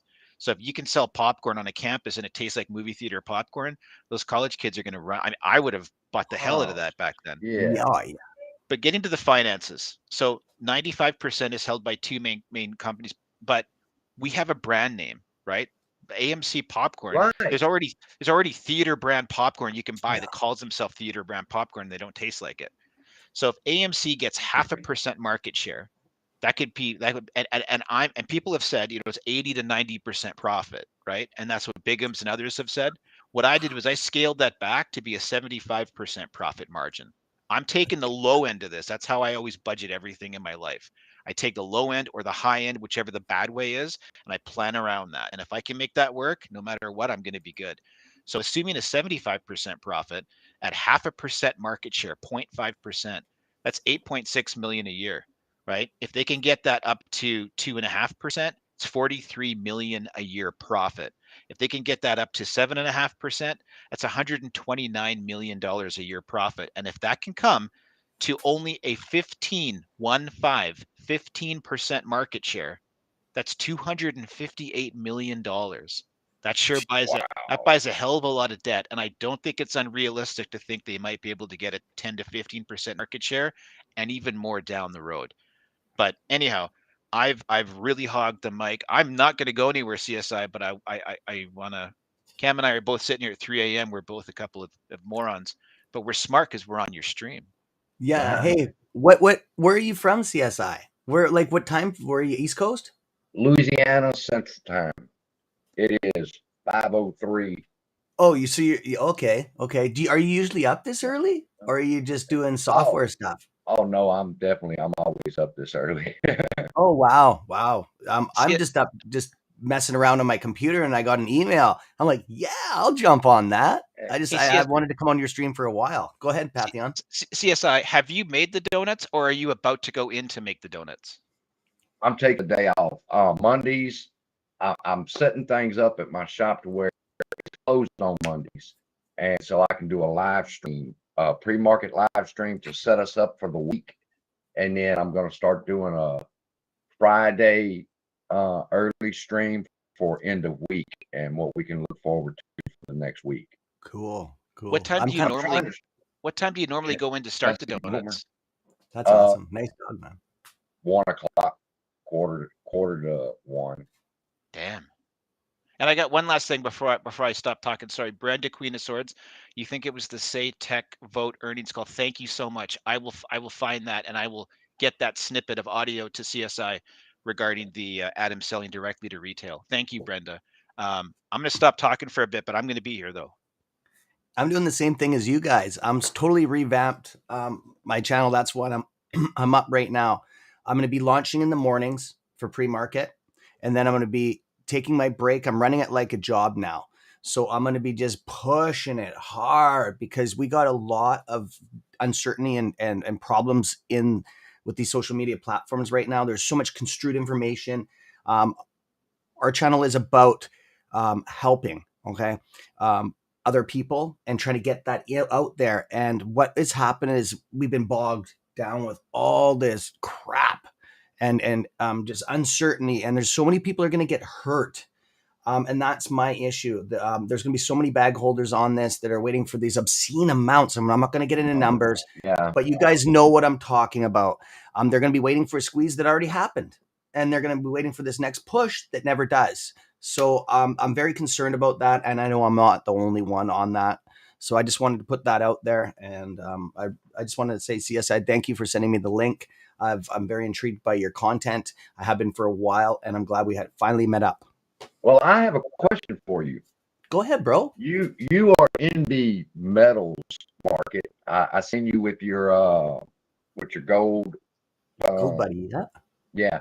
And so are you up to date on what's going on with the nickel? No, I'm not. Pantheon and myself, we just heard about it ourselves, and we just did some looking into it sporadically. I'm I'm into the algorithms on it. I want to get that stock screener of that movement for that couple days leading up to it. But no, I'm not actually invested in it at all. The nickel itself, I'm into metals, like raw metals, like looking for them just as a hobby. Well, I mean, are you up to date on the news of it? No, of what's going on with nickel? No, I just heard that it went up and it was suspended. That's all I heard. I'm really interested in this nickel squeeze because even though it happened in London, they'll get their ideas here from what they're able to pull off over there. Yes, and if we can block some of that, that's hedge funds watching that for sure. You're 100%. And if we can get our grip on that and find out where it was, because they're going to verbatim that. They're going to copy that. And if we can maneuver. Yeah. They one thing that I heard was after it ran up and they stopped it, and then they said, we're going to back the price up to the day before at 12 o'clock. And basically, you're either going to take that fucking price or you get nothing.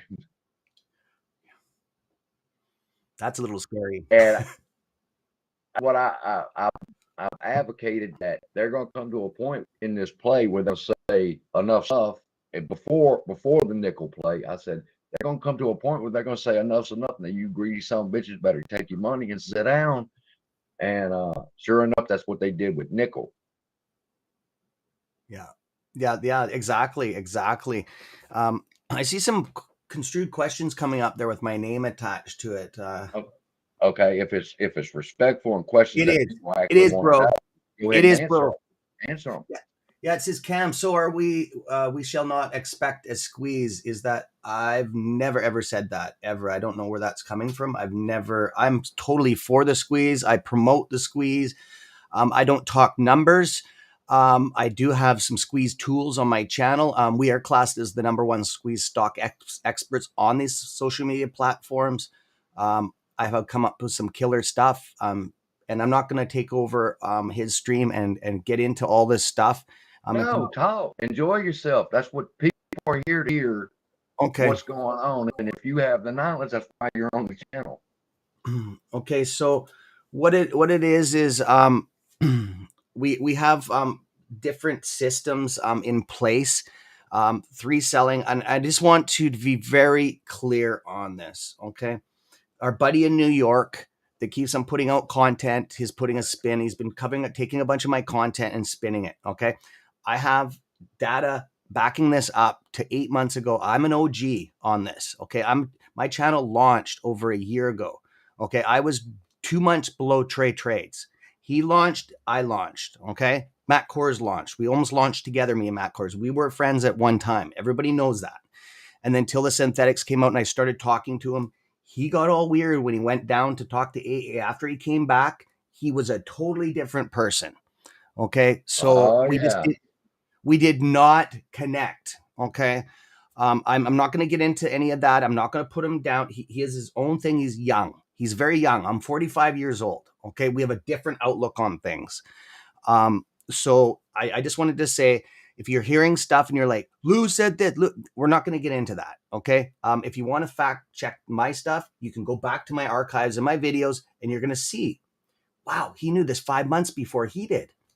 Okay. I'm not going to go back and forth. I'm just going to clear that up because that always happens. Okay.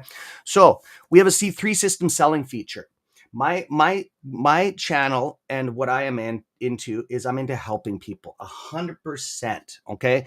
It's not about me making money. Okay. I'm already financially good in life. Okay. I could use more. Everybody can use more, of course, but my house is paid off. I have a substantial amount of dividend stocks. Okay. So now it's my time to share. Okay. Not that I know everything in the world. I don't. I'm still learning. I always will. And if I stop learning, you might as well take me out to the horse pasture and put me to rest. Okay. So anyways, 3 system selling feature. What I have designed is I have day traded and lost a lot of money when I first started until I came up with the system. This is where the problems on YouTube creating is people don't share this information that they lose money. Okay. You have to be transparent. Okay.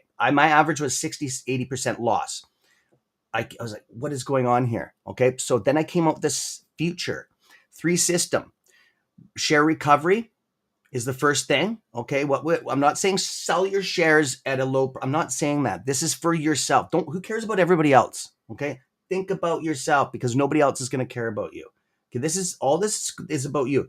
You have to remember that most of the synthetics out there. Okay. The real shares are mostly institutional. Okay. So it's not going to do anything. Okay. To some degree. Okay. So I just want to be very clear. You got to look very, very open at this. Okay. And this diamond hand shit and all that stuff. Yeah, that's awesome. But, nobody's going to come and wipe your butt when you're 80 years old. Okay. Any of these guys on these things and look after you. Okay. I just want to be very clear on that. You have to look after yourself as long as you don't hurt anybody along the way. Okay. So share recovery, you just take a group of shares. Okay. Pay your taxes, pay your shares off and a little bit of money. Okay. This is because this thing might get suspended because of fraud. When these synthetics start, they don't know how many there is. Look at nickel. It's exactly perfect example. Exactly. They started seeing fraudulent activity coming in. They suspended it. They have up to 30 days, 60, 90, and then it goes to a year for an internal investigation. And yes, they can stop it for up to 1 year, and then they have to have an idea. So that could possibly, I'm not saying it's going to, you are protected by your brokers. Okay. So bottom line, you're protected by your brokers. Okay. So this is just a squeeze tool out of our toolbox. We've got tons of them on my channel. Okay. So share recovery, the push for the money, the big push. Okay. Then, if it starts dropping, okay, down, instead of having a big group of shares, and this does amount on how many shares you have too. If you want to learn more about that, you can come to the channel because I could talk hours on this.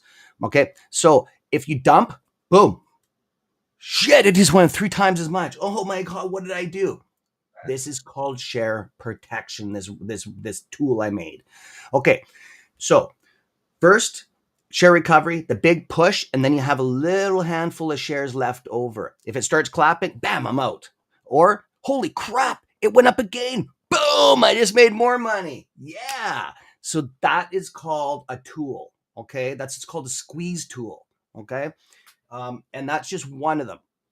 So we're about protecting you, not me. I'm worried about myself. I've already got myself taken care of. When we get into the squeeze, have multiple devices set up with a friend, a partner. You can sell on multiple devices, bam, and just keep on hammering on it, your shares and selling, not on one platform, one phone. Take your lock screens off. take your thumbprint authentications off. They can screw you. All of a sudden you lock out of your phone. You're getting emails trying to unlock. Oh, you've done it too many times. You're locked out for 45 minutes until it sends you an email. It happens. Okay. So that's another tool. Yeah. And I can quick, keep on. Real quick. Yeah, go ahead, What bro. you're saying, to confirm what you're saying, I have 1, 2, 3, 4. I got 4 devices and 5 brokers. So basically, I'm ready. If I hit sell and that motherfucker don't sell, I'm ready with my laptop over here with E-Trade. I'm gonna sell it. If it don't, then I'm over here on my phone with Webull sell, and so forth and so on. And yes, I own shares in Webull. No, don't worry about I it. don't even It's all want to good. talk about that, but No, let's. I like Webull. Hey, it's all good. But yeah, what he's saying is set yourself up. You're going to see the spike and you're going to be like, this is it. Get ready. And you're going to want to try to reach the top. So the best way to do that is to have all your devices ready. If you only have one, that's fine. You're still going to make a lot of money, but we're just talking about safeguards in case E-Trade doesn't sell my shares or I have a problem with E-Trade. I have my phone set with Webull. I have my other laptop right there set with Public and so forth, and I'm ready to go. Very smart man. This guy's a smart man, CSI, and he hasn't even seen my videos. So like great minds think alike. There you guys go. Let's share screen real quick. Yeah, no worries, bro. So that's what I'm just going to touch on 2 tools. We have about 15 or 20. We have screen recorders, voice recognition, all that stuff.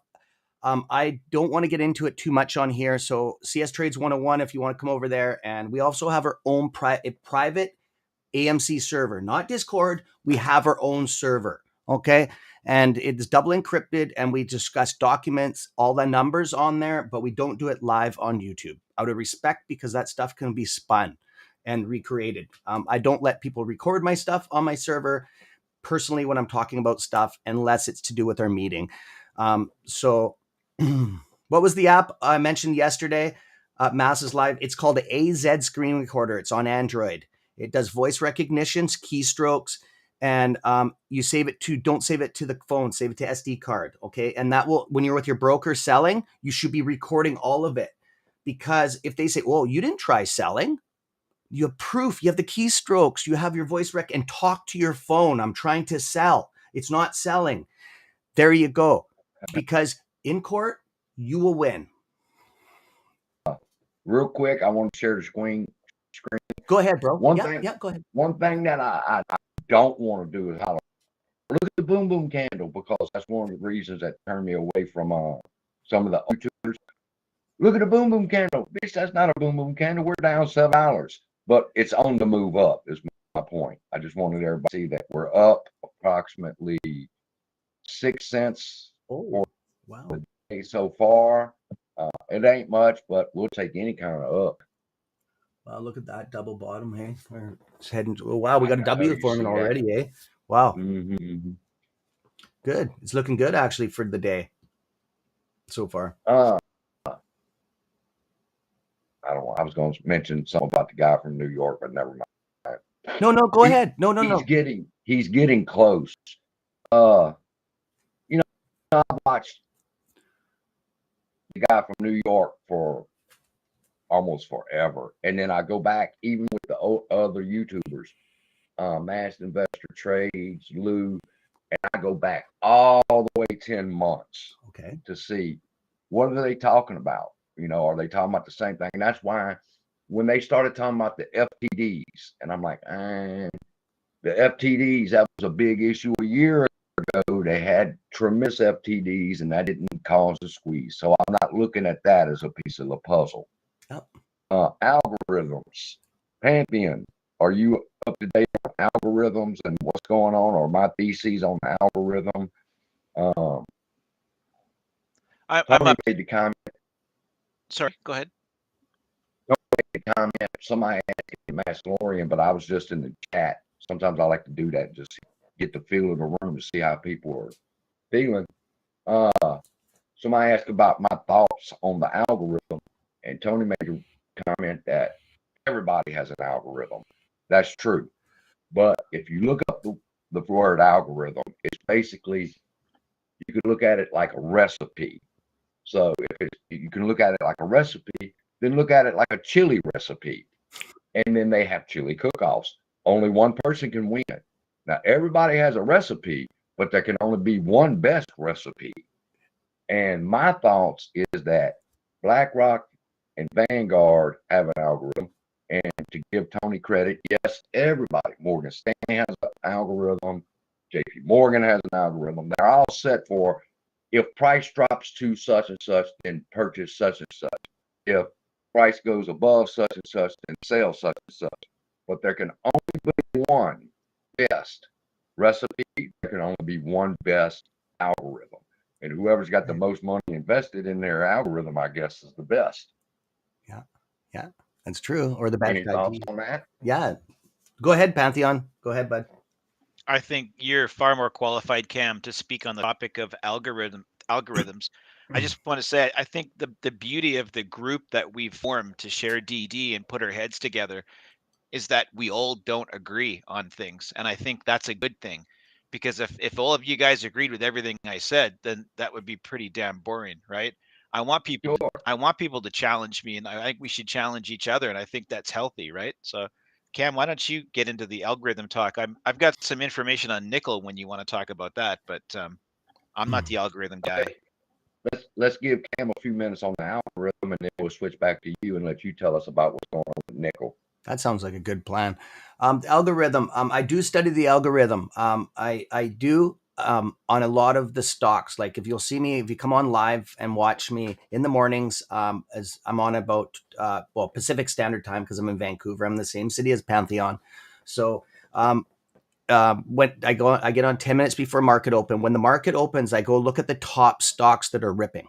Okay, you have to remember, I'm all about helping you guys not get into these day plays that you're going to get burned. Okay. So what I'll do is I'll find a stock that's maybe say up 75, 25%. It's ripping right in pre-market.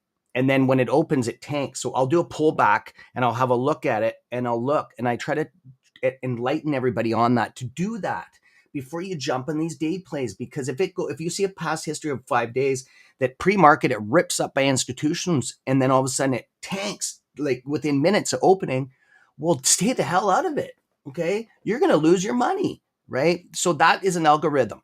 The institutions are running the algorithm up. The other thing is too, when the market, I play a game on my channel, and about reading the algorithms. There's two different types of algorithms that I've seen. Okay, there's the sweep, the nice gentle type.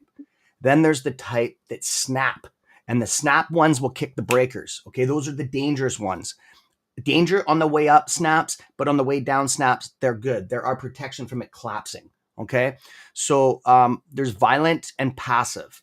So I have to see when AMC goes, what type of algorithm we're dealing with, and then I make my decision on my system. My 3-system selling feature. I always do. There's a plan A and a plan B, and that's how I do it. And then what I do is live stream. I will look at the algorithms and I'll do this live. Webull is one of the best algorithm monitors in the world. Okay, I don't buy stocks through them and everything. That's up to anybody else. I just read the algorithm. It pulls the sweeps dead on. I've never seen any stock screener do that before. So I can see how violent it is, and I'll go, it's going to snap right now, and it's going to break. It's going to hit a halt, and bam, within half a second to a second, it usually does. My channel members and subs are like, what the hell? How can you do that? You're a messiah. I'm like, no, it's been years and years of watching it. And what it is the snap. It doesn't matter if it goes up. It could go up 10 cents, and the way it snaps, it'll kick a halt. Or if it's a gentle sweep, it could go up $50, $60. If it's smooth, it won't kick a breaker, right? It's all in the algorithm. And it's not a person doing it. It's all computerized. Suspension is a person. When it gets suspended, that is a person suspending it. There needs to be a couple signatures that have to be signed off to suspend a halt, suspend a stock correction, for like money violations or corruption, fraud. There's a whole bunch of things. Okay. So I just want to be very clear on that. Oh, so somebody gets blended saying, yeah, see, he's on my, he sees it. Like I've never seen anybody else actually do that. Not that I'm saying I'm the only one, but it's something that I'm very intrigued. I bought it. I made a trading bot. Okay. It's illegal as hell. It never used to be 8 months ago. It would go into the market and would trade 50 to 100 times a day. It would take fractional percentages and just put them together. I made 50 grand in one day and I didn't even do anything. But then I sent it to California to get patented, and it got turned down. It was illegal. It's illegal as hell. Well, of course, our algorithm or whatever we want to use is legal. What they're using is totally legit. Yeah, that's right. So now I use it for counting. It's going to be used maybe for counting white blood cells in cancer patients. So Wow. I don't. It's kind of on the back burner now because, as you know, patenting anything is really expensive, and it opens you up to lawsuits. Okay, so I've kind of put it on the back burner for now. I've made videos on it and I brought it out live. I brought it. Its name is Razortooth. It's one of our Wolfpack bots. So I joke around on my channel about Razortooth, but that's the actual name of the bot. He's a werewolf. We're a wolf pack. It's kind of a joke, right? So, anyways, yeah, I brought it out live once and showed some people live how it worked, and I got swamped with people trying to buy it, getting the patent for. I just hit it because I don't want to deter people away from what we're doing right now. Okay, it's totally. I don't want to. It would be dangerous in the wrong hands. It would be so dangerous. So, anyways, go ahead. Okay, yeah, no, I'll keep on going. Go ahead. Pathian, let's get with Pathian. He said he's got an update on the nickel, and then we got somebody from the chat that we're gonna bring on. Yeah.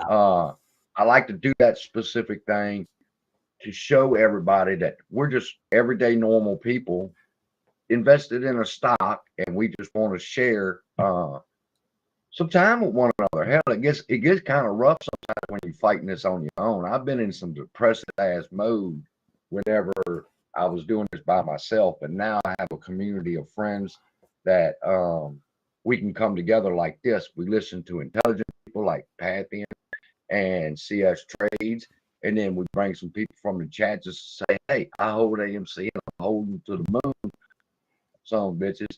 So, Pathian, you got an update for us real quick? That's cool. Yeah, I'll start by saying good night to Brett, Adam, Daniger. I see you're heading out. Thanks, Brett. Appreciate you supporting CSI's channel. Not really just nothing breaking on nickel, just if anybody wanted to talk about it, as to what happened and where it's going. It's just some interesting parts. Nickel typically for the last decades traded around 10,000 to 20,000 per metric ton. And it's nice being from Canada to use metric ton. On the London Metal Exchange, I'm just kidding about that. I got my education in the US, so I can switch back and forth easily. Oh, you're lucky. Well, we apologize for that down here. No, it's all good. I'm an architect, so what's interesting is most of our residential materials come from the US, so that's why we have to go with 2x4s as opposed to 38 millimeter by 89 millimeter. Anyhow, I digress. I prefer 2x4. Anyways, so when it happened, it goes from 10,000 to 20,000 range for the last decade, and it popped up to over $100,000 per metric ton in just over 24 hours. It's a 250% increase in just over a 24-hour period. And what's interesting about that is Singhan, I'm going to say it wrong, holding group, and it's owned by a person named Xian.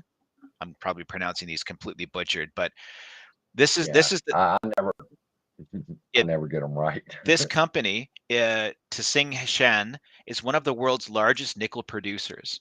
So these people are deep in the business of nickel, and they know what's going on. So you would think when the recovery, or when everything got depressed, when the virus of unknown origins hit and everything went down, they thought that the rally back in nickel was too much and it wasn't going to be sustainable. So they doubled, tripled, and quadrupled down on their shorts on nickel for the commodity. And what's happened is with this pop, it's Singhan who's getting margin called, and they're getting margin called by JP Morgan, Standard Chartered Bank, BNP Paribas. There's 10 different banks and brokers that are lining up to say, where's my money? And last week, Sing Shan got margin called and was having trouble reportedly making the payments on the margin call and meeting the minimum requirements for the minimum margin requirements. So basically, when it got halted, that's not the right word, suspended, I believe is the right term, Cam. Yep, that's correct. Yeah. Yep. So when it got suspended, now basically they're just trying to buy time because we've got some Yep. They're basically trying to buy time. if these guys go under, JP Morgan and all these powerful brokers and banks Oh, are all going to be left holding the bag, right? And Yep. the problem that they're having is they don't want to eat that. So to avoid margin calls, they need two things to happen when the market for the London Metal Exchange kicks back in. Number one, they need the nickel price to drastically drop from where it is, drastically, and that'll help them avoid these minimum margin requirements being triggered. Right. And the other one is, though, these guys are also one of the world's largest nickel producers. So they also have the ability to sell nickel. So they, with the increase of price, they may be able to take advantage of that. But so far, that has not been the case.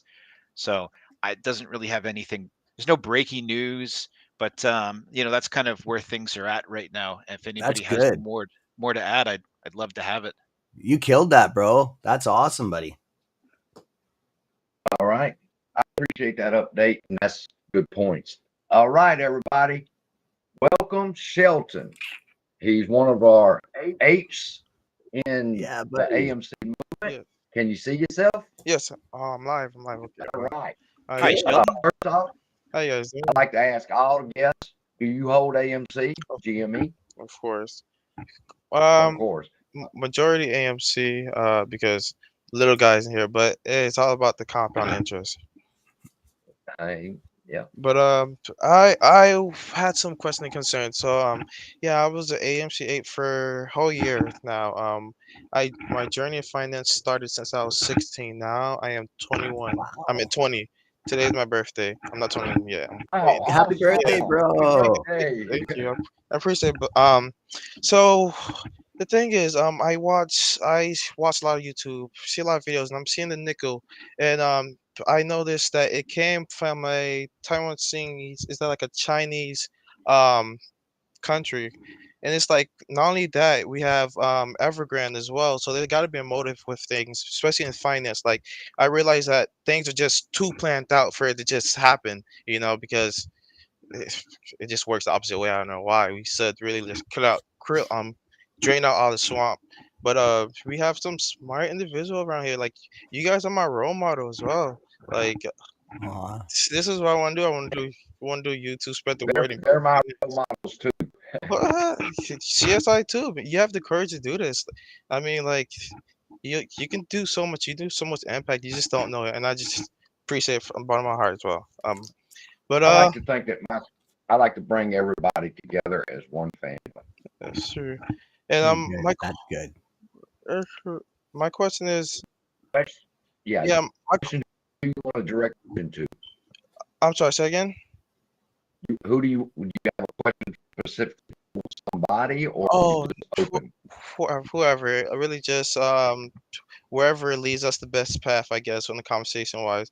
But I want to add reinsurance to the community as well, uh, because I feel like nowadays it's like we start to find ourselves backing off because it's so hectic. So I just want to, um, I guess, a wrap up for reinsurance. I would say reinsurance in the ape community. And I want to reassure you guys that it's going to happen. I mean, even though I lost so much, I lost over $25,000. It's the most money I've ever made in a whole year, and I lost in just like what a couple of months. And it's like and I bet a lot of people have gotten it through it tough as well, and a lot of people probably thriving as well. But just remember that the fight is not over. We have so many swords, leverage on commodities. It's like the bad guys, whew, I mean, you was getting greedy, but now you got too greedy, you know. And it's yeah, and it's I would love to keep on talking because I enjoy finance as you can tell, but I don't think I asked the question. But my question is, uh, I know we can't predict the exact day on when it's squeezed because we're all playing like Mhm. 3 dimensional or 6 dimensional chess. We're all fighting each other. It's like the apes and the people above that's trying to fight for peace and love. Yeah, you know as well, I did go the question. I was saying that with silver, I heard that silver was the leading cause to affect the short squeeze. Uh, um, there was a private equity group that bought silver in January before the January run up. When that happened, these bank got over leveraged, and those asking money, demanding money from people that was shorted. I guess shorting heavily because was just making money, and it was like really they were just playing in the moment, playing in time. But the one thing they didn't plan is the people of heart, people that works outside the system. You can't plan that, and we're here to take it. We're here to take what's ours. You stole from us from '08, and we won't let it happen again. So No. mm-mm.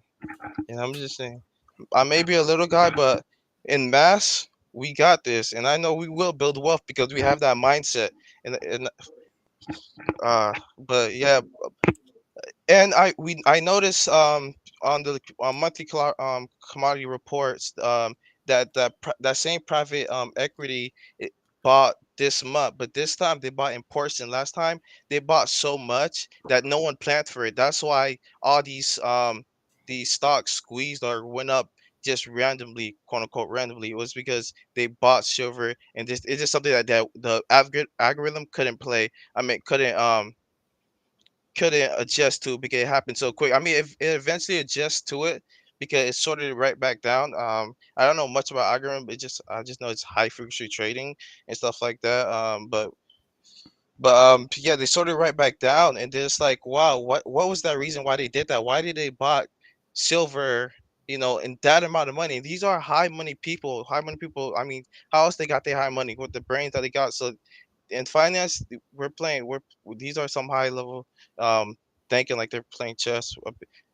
As you can tell, I've been thinking and eating finance in the ape community. Like I want to figure this out because I can't I can't sleep without having all these questions. So I just keep on researching, and I go on to the part where uh they bought all that, and then they socked the system, and now the government told them that they can't. And you can do research too, you can fact check me and stuff like that. I'm sorry if I don't say exact or I'm broad. This is something I never done, like Uh, nervous and all, like I was. CSI wants to talk to you, buddy.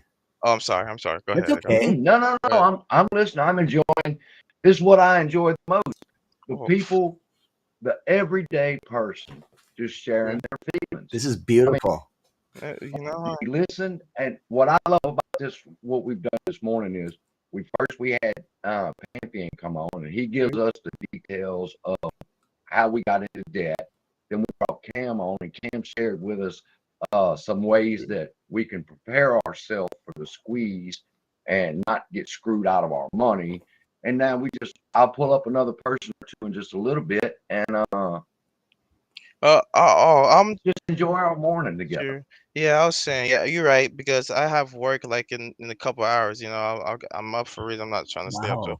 So let me get to the Yeah. point. I'm sorry. All I'm saying is that we're we're we're winning. And it's soon because on top of that, we have J.P. Morgan. J.P. Morgan is in. They're obligated to.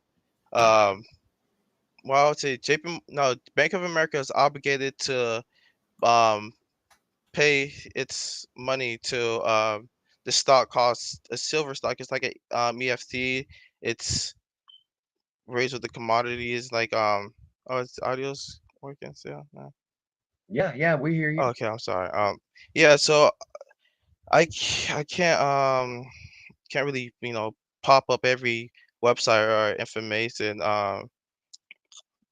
right now, but to get us to a broad understanding of this, they're in line. They're held accountable to deliver these silver to these people that bought their ETF. That they're obligated if they buy 50,000 worth of their share, they're obligated. They have to send out 50,000. It's like a contract, and that's how it rolls. And this time they're slowly buying this apparently. And on top of that, there's so many signs that shows about recessions. I have this website I was already pulled up research. I don't know if I can share, and it shows 10 signs of that we're in a recession, and all we're missing is just one, and it's the fact that we haven't started the war yet. Well, I don't know about war. What classify Ukraine and Russia as war? I mean they're conflict with each other, but as in like the U.S. and like war between us, we're just like trying to prevent the war and stuff like that, and trying to have quote unquote prevent the war. But I feel like they're trying to influence us to cause the war so they can get out of this mess. And Yeah. yeah. Well, I said in the beginning,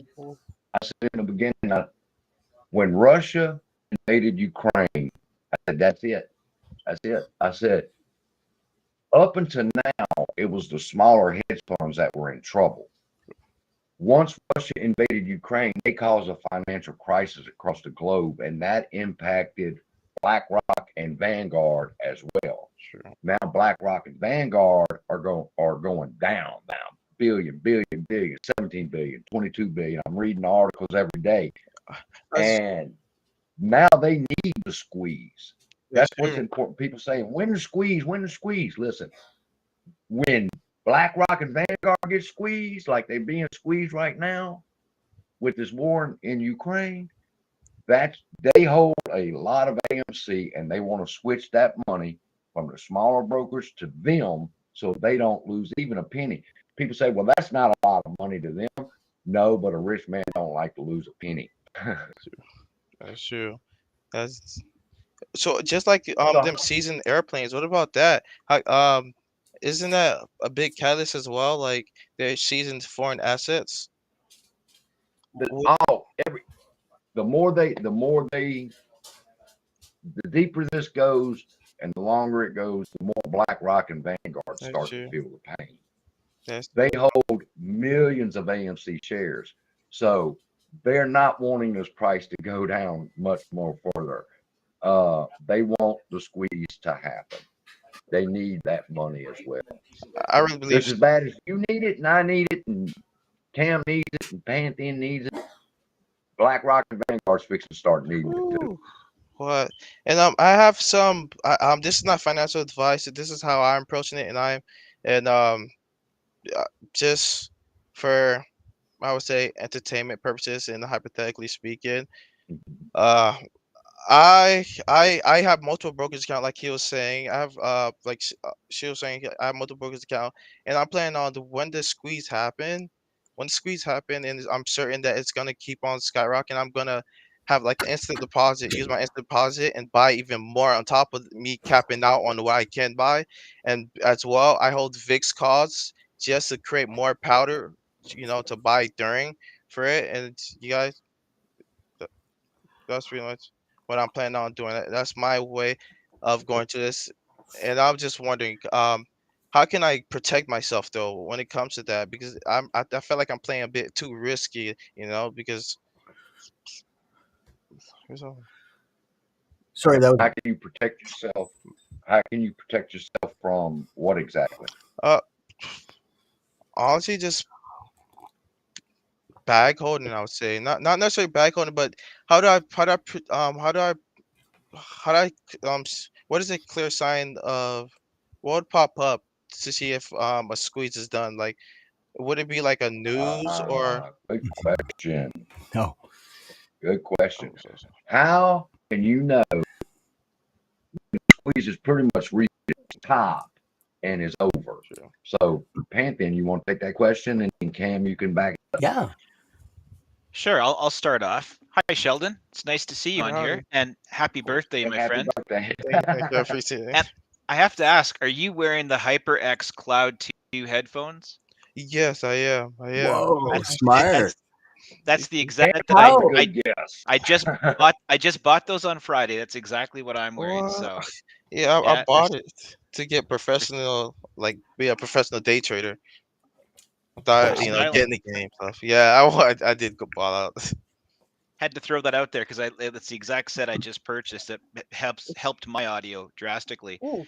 And I think you had a lot of great things to say here, and the way that you went through everything, the truth is there's so many interconnected pieces, and it's not just a simple short squeeze. This is like, we talked about this the other night, Cam. It's like a spider web, right? And there's so many it's all different wound. strands that are wound together. You can pluck any one of these strings and they all lead back to the center, right? Mm-hmm. So Mhm. like from government interference to the nickel squeezes to, somebody identified that nickel was squeezing and they jumped on it, right? And these guys are getting hammered on it, which has triggered a whole series of problems. Is nickel, this isn't your exact question, but I'll get to you in give me 1 sec. Is nickel going to cause the MOAS? It could.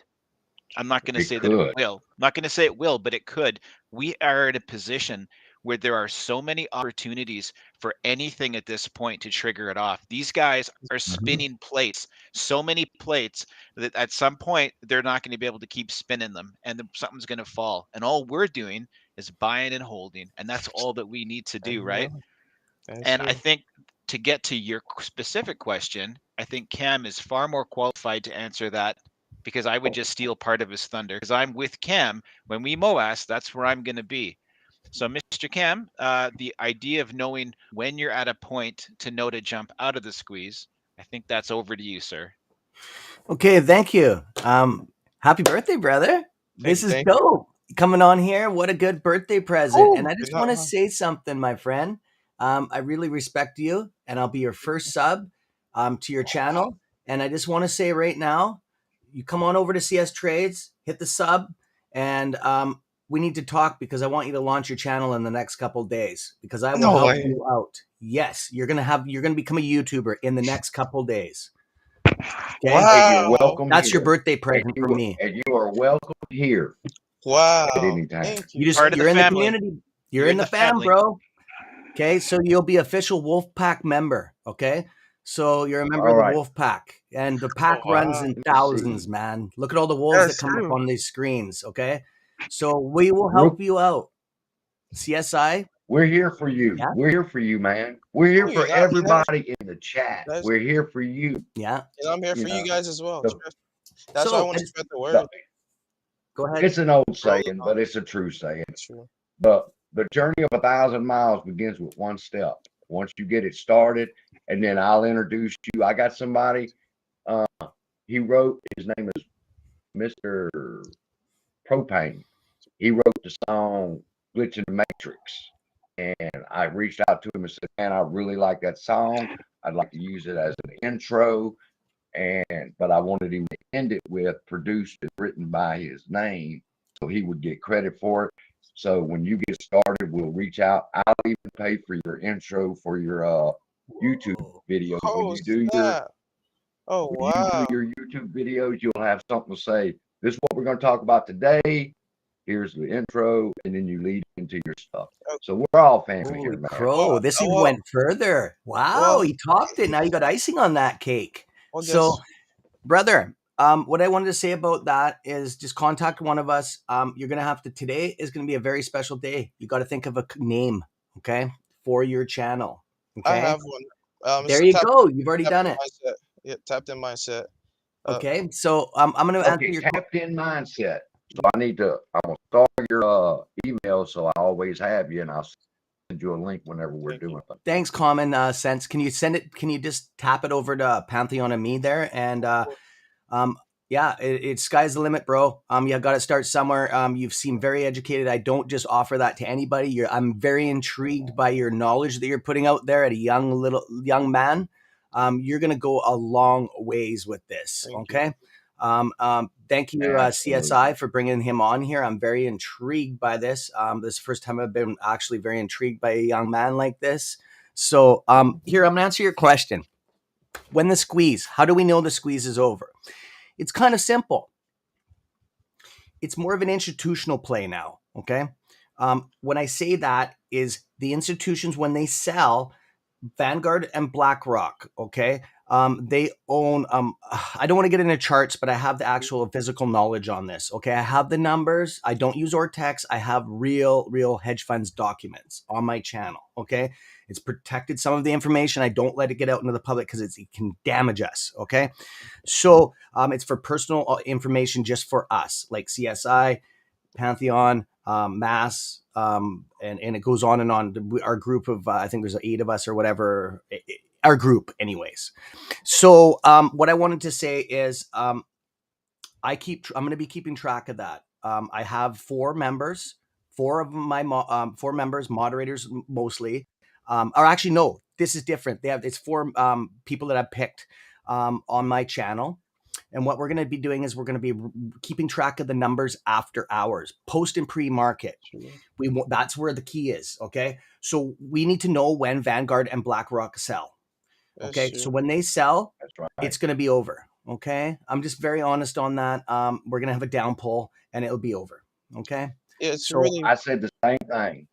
I say the same thing. I did it in another video that said that when BlackRock and Vanguard sell, and listen to me, they are not gonna paper hand this. Okay, no. they're in it to win it as well as we are. Yes, They won't drain the smaller hedge funds and bring that money to crush them. them. true. That's That's true. That is what this has been all about. Yeah, It's a dog So, eat cat world Cam, too. yeah. So Cam, how do we get access with you again on?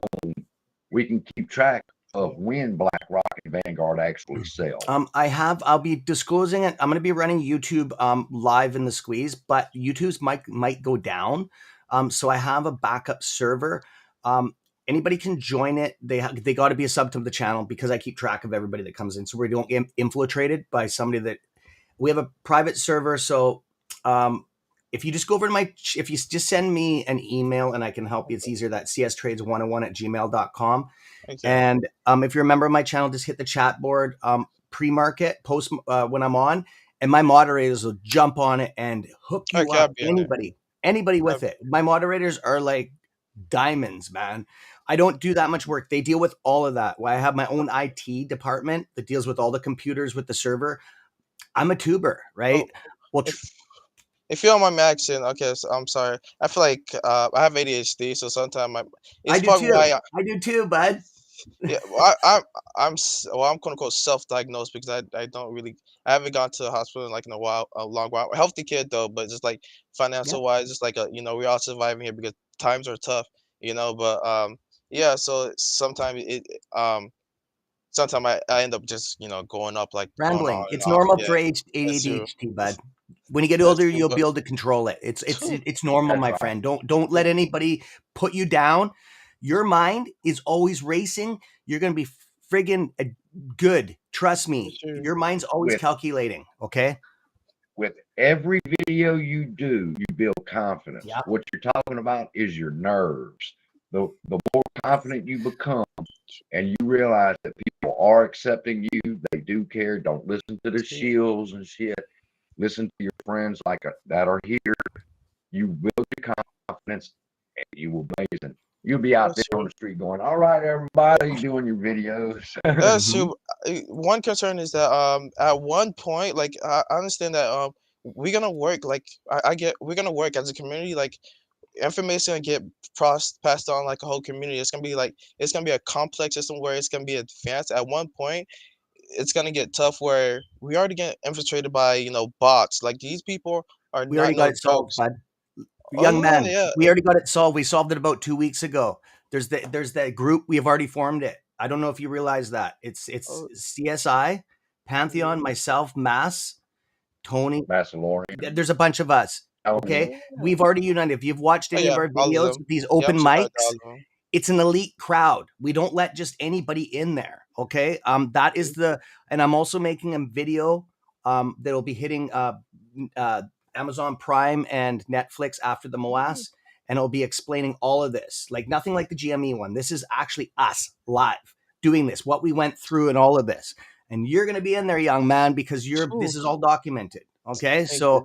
I save all of this. I've got over 4,000 hours of ladder attacks, high frequency trading, all live. Nobody has this stuff. Okay. So, but I want to answer your question though. I didn't finish answering it.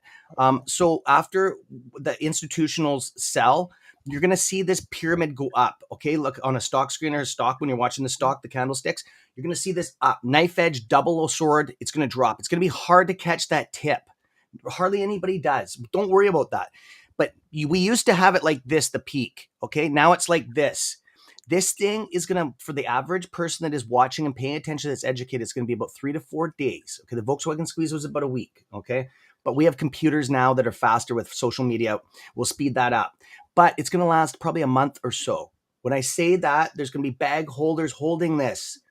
I believe you because it won't we're crash being like $2. Trust me, it'll be like GME. Is at 100, it'll go down 100, 80, and then it'll just sit there, and then I'll consolidate and go down a little bit more, because there's going to be people holding this that are uneducated and waiting for this. I'm not going to talk numbers, for this insane number that these people, tubers, have been putting out there, holding this, hoping it's going to go to these quadrillions of digits, right?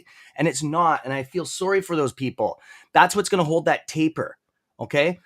The lower this goes, the safer we are. Okay. I'm going to explain that. Okay. The numbers right now, the lower it goes, the safer we are. Okay. Let me get into that.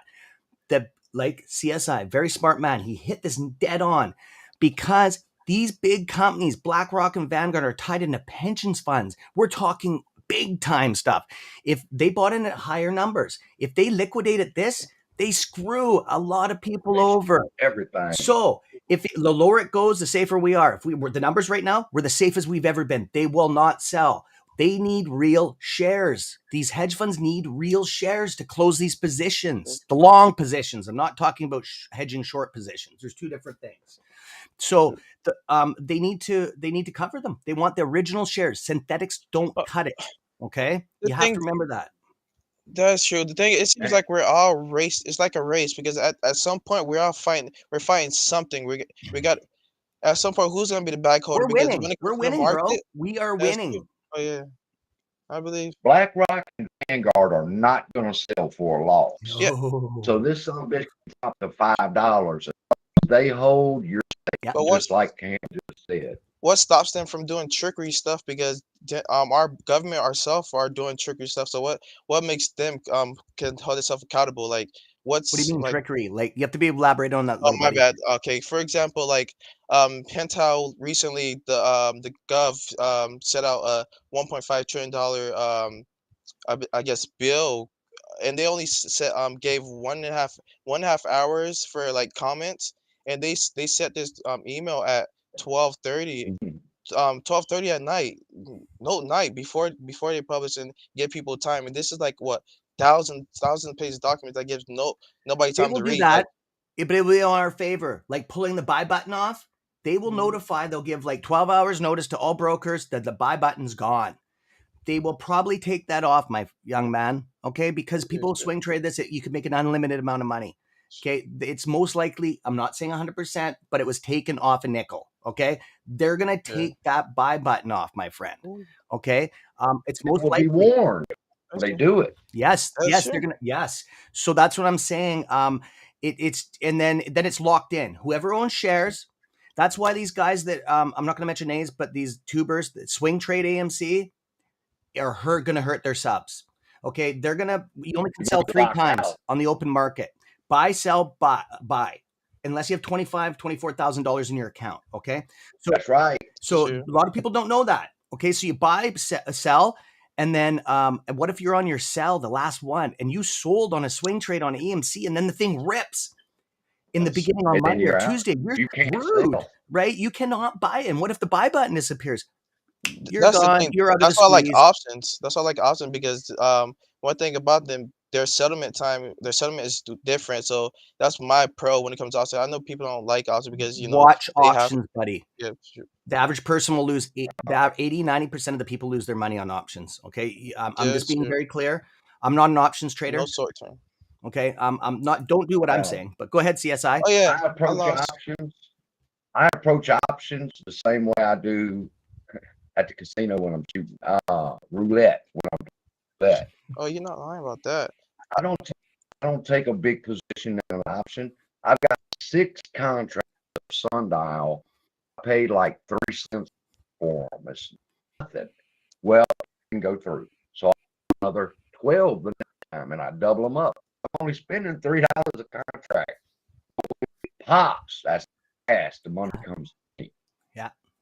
Real quick, people are asking who's the Who is Sheldon? Sheldon's one of our community members. We just Yes, invited him onto the show to share thoughts with that's true. us, share concerns, and share his experiences since he's been home. One thing I want to talk about real quick, and then we'll put Patty on and he goes out. Empty. Squeeze. OAS. Let's and I hope, because anything I say discuss with these two prior, I hope they agree with me. There is a difference between a squeeze play and the MOAS. AMC is going to squeeze, and when it squeezes, you can look at it to the effect of the GME squeeze. It's going to run. It's going to run violently. That will only be the shorts covering their positions. Once it reaches that point, MOAS begins. Everybody thinks MOAS. He says, I'm cutting out. I'm just going to stop there. I'll make a video on the squeeze and the MOAS. Different things. Every There's company squeezes, but uh, not every company, but every company squeezes eventually. yeah, it's true. And let's not talk too much on the Nutable, but what you gonna do after the squeeze? Like, what's your plan ahead?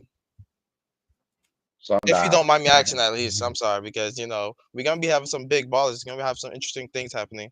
I don't know. I'm buying a lot of sundial and celebrating. Phew. Oh, Kathy, I'm a holder for sure. Sundial. Just earlier, I was talking to the board members. We had a good conversation. I'm into High dividend level. stocks. I'm into dividend Ooh. stocks because they can't short them. Or, I mean, they can short them. Correction, sorry. They can't make synthetics on a dividend because it's Oh, registered by true. the feds and they monitor it.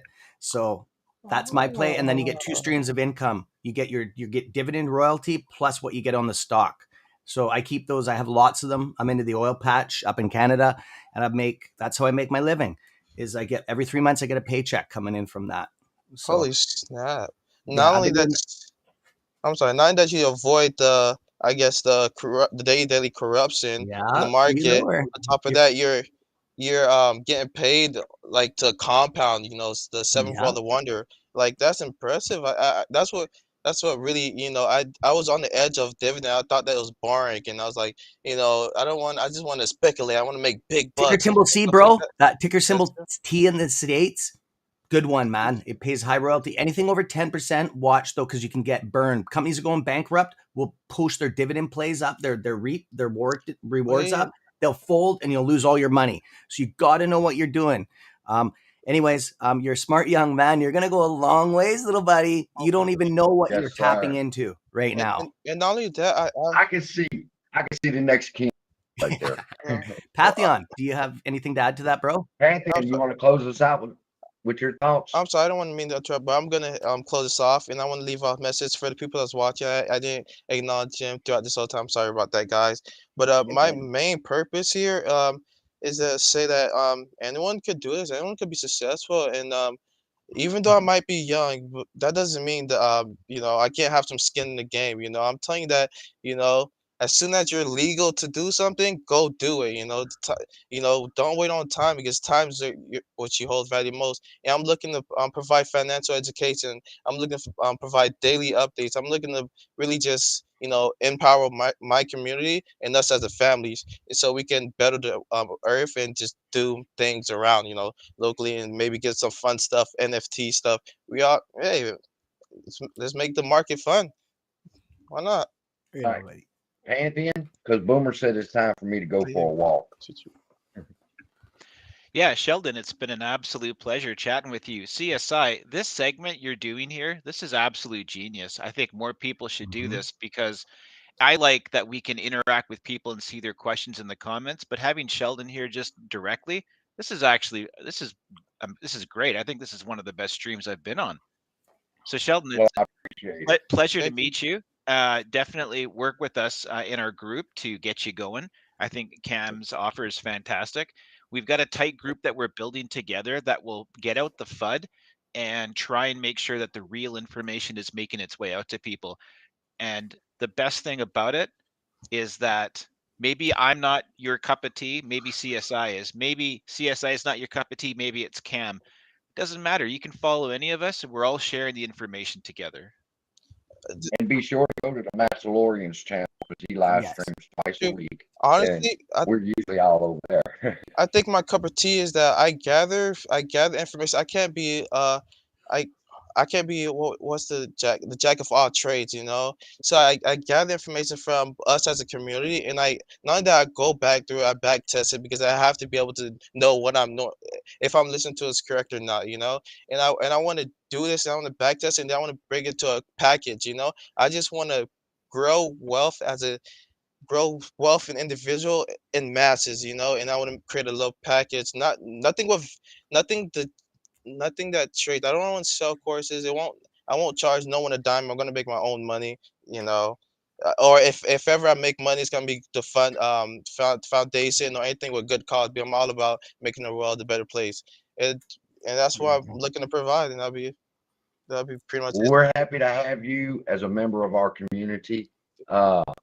Yeah, that's Boomer. Everybody, that's Boomer. He's like, Dad, I mean, I can go over there in the corner if you want me There to. you And I'm go. like, no, son, hold on just a minute. Give me one more minute, son. I've really enjoyed this. Pantheon's always welcome. Cam, you, anybody else that wants to share how they feel, as long as it's positive. We don't like to bring in any negativity.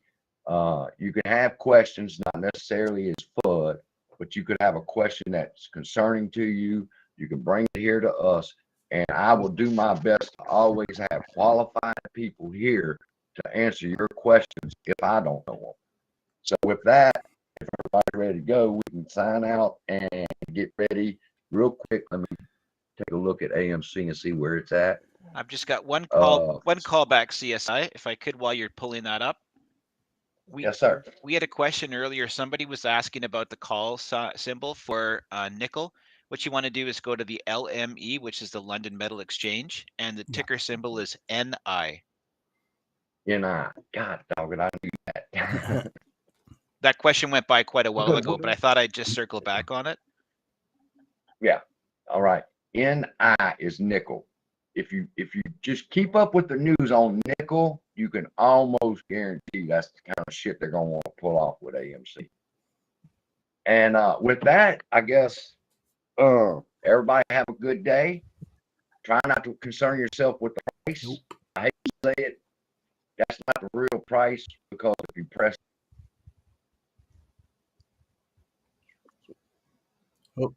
right, hold tight. Your audio's crashing, bud. Yeah. We can't All hear right, you. well, CSI. I know it was inspirational, though. Yeah, I sure. know. We have a bad feed or something. At least it happened at the end. It's telling me now something wrong. It's probably, well, it's this time of the morning. Oh. People are waking up using the internet, so they're dragging the Wi-Fi away from me. Oh yeah. Yeah. I love every one of y'all. Anthony's always a pleasure. Cam, always a pleasure. Shelton, Thank you. we love you. Happy Nice. birthday. Thank you. Thank you to everybody that watched. Thanks, guys. Keep the faith, and God bless. God bless.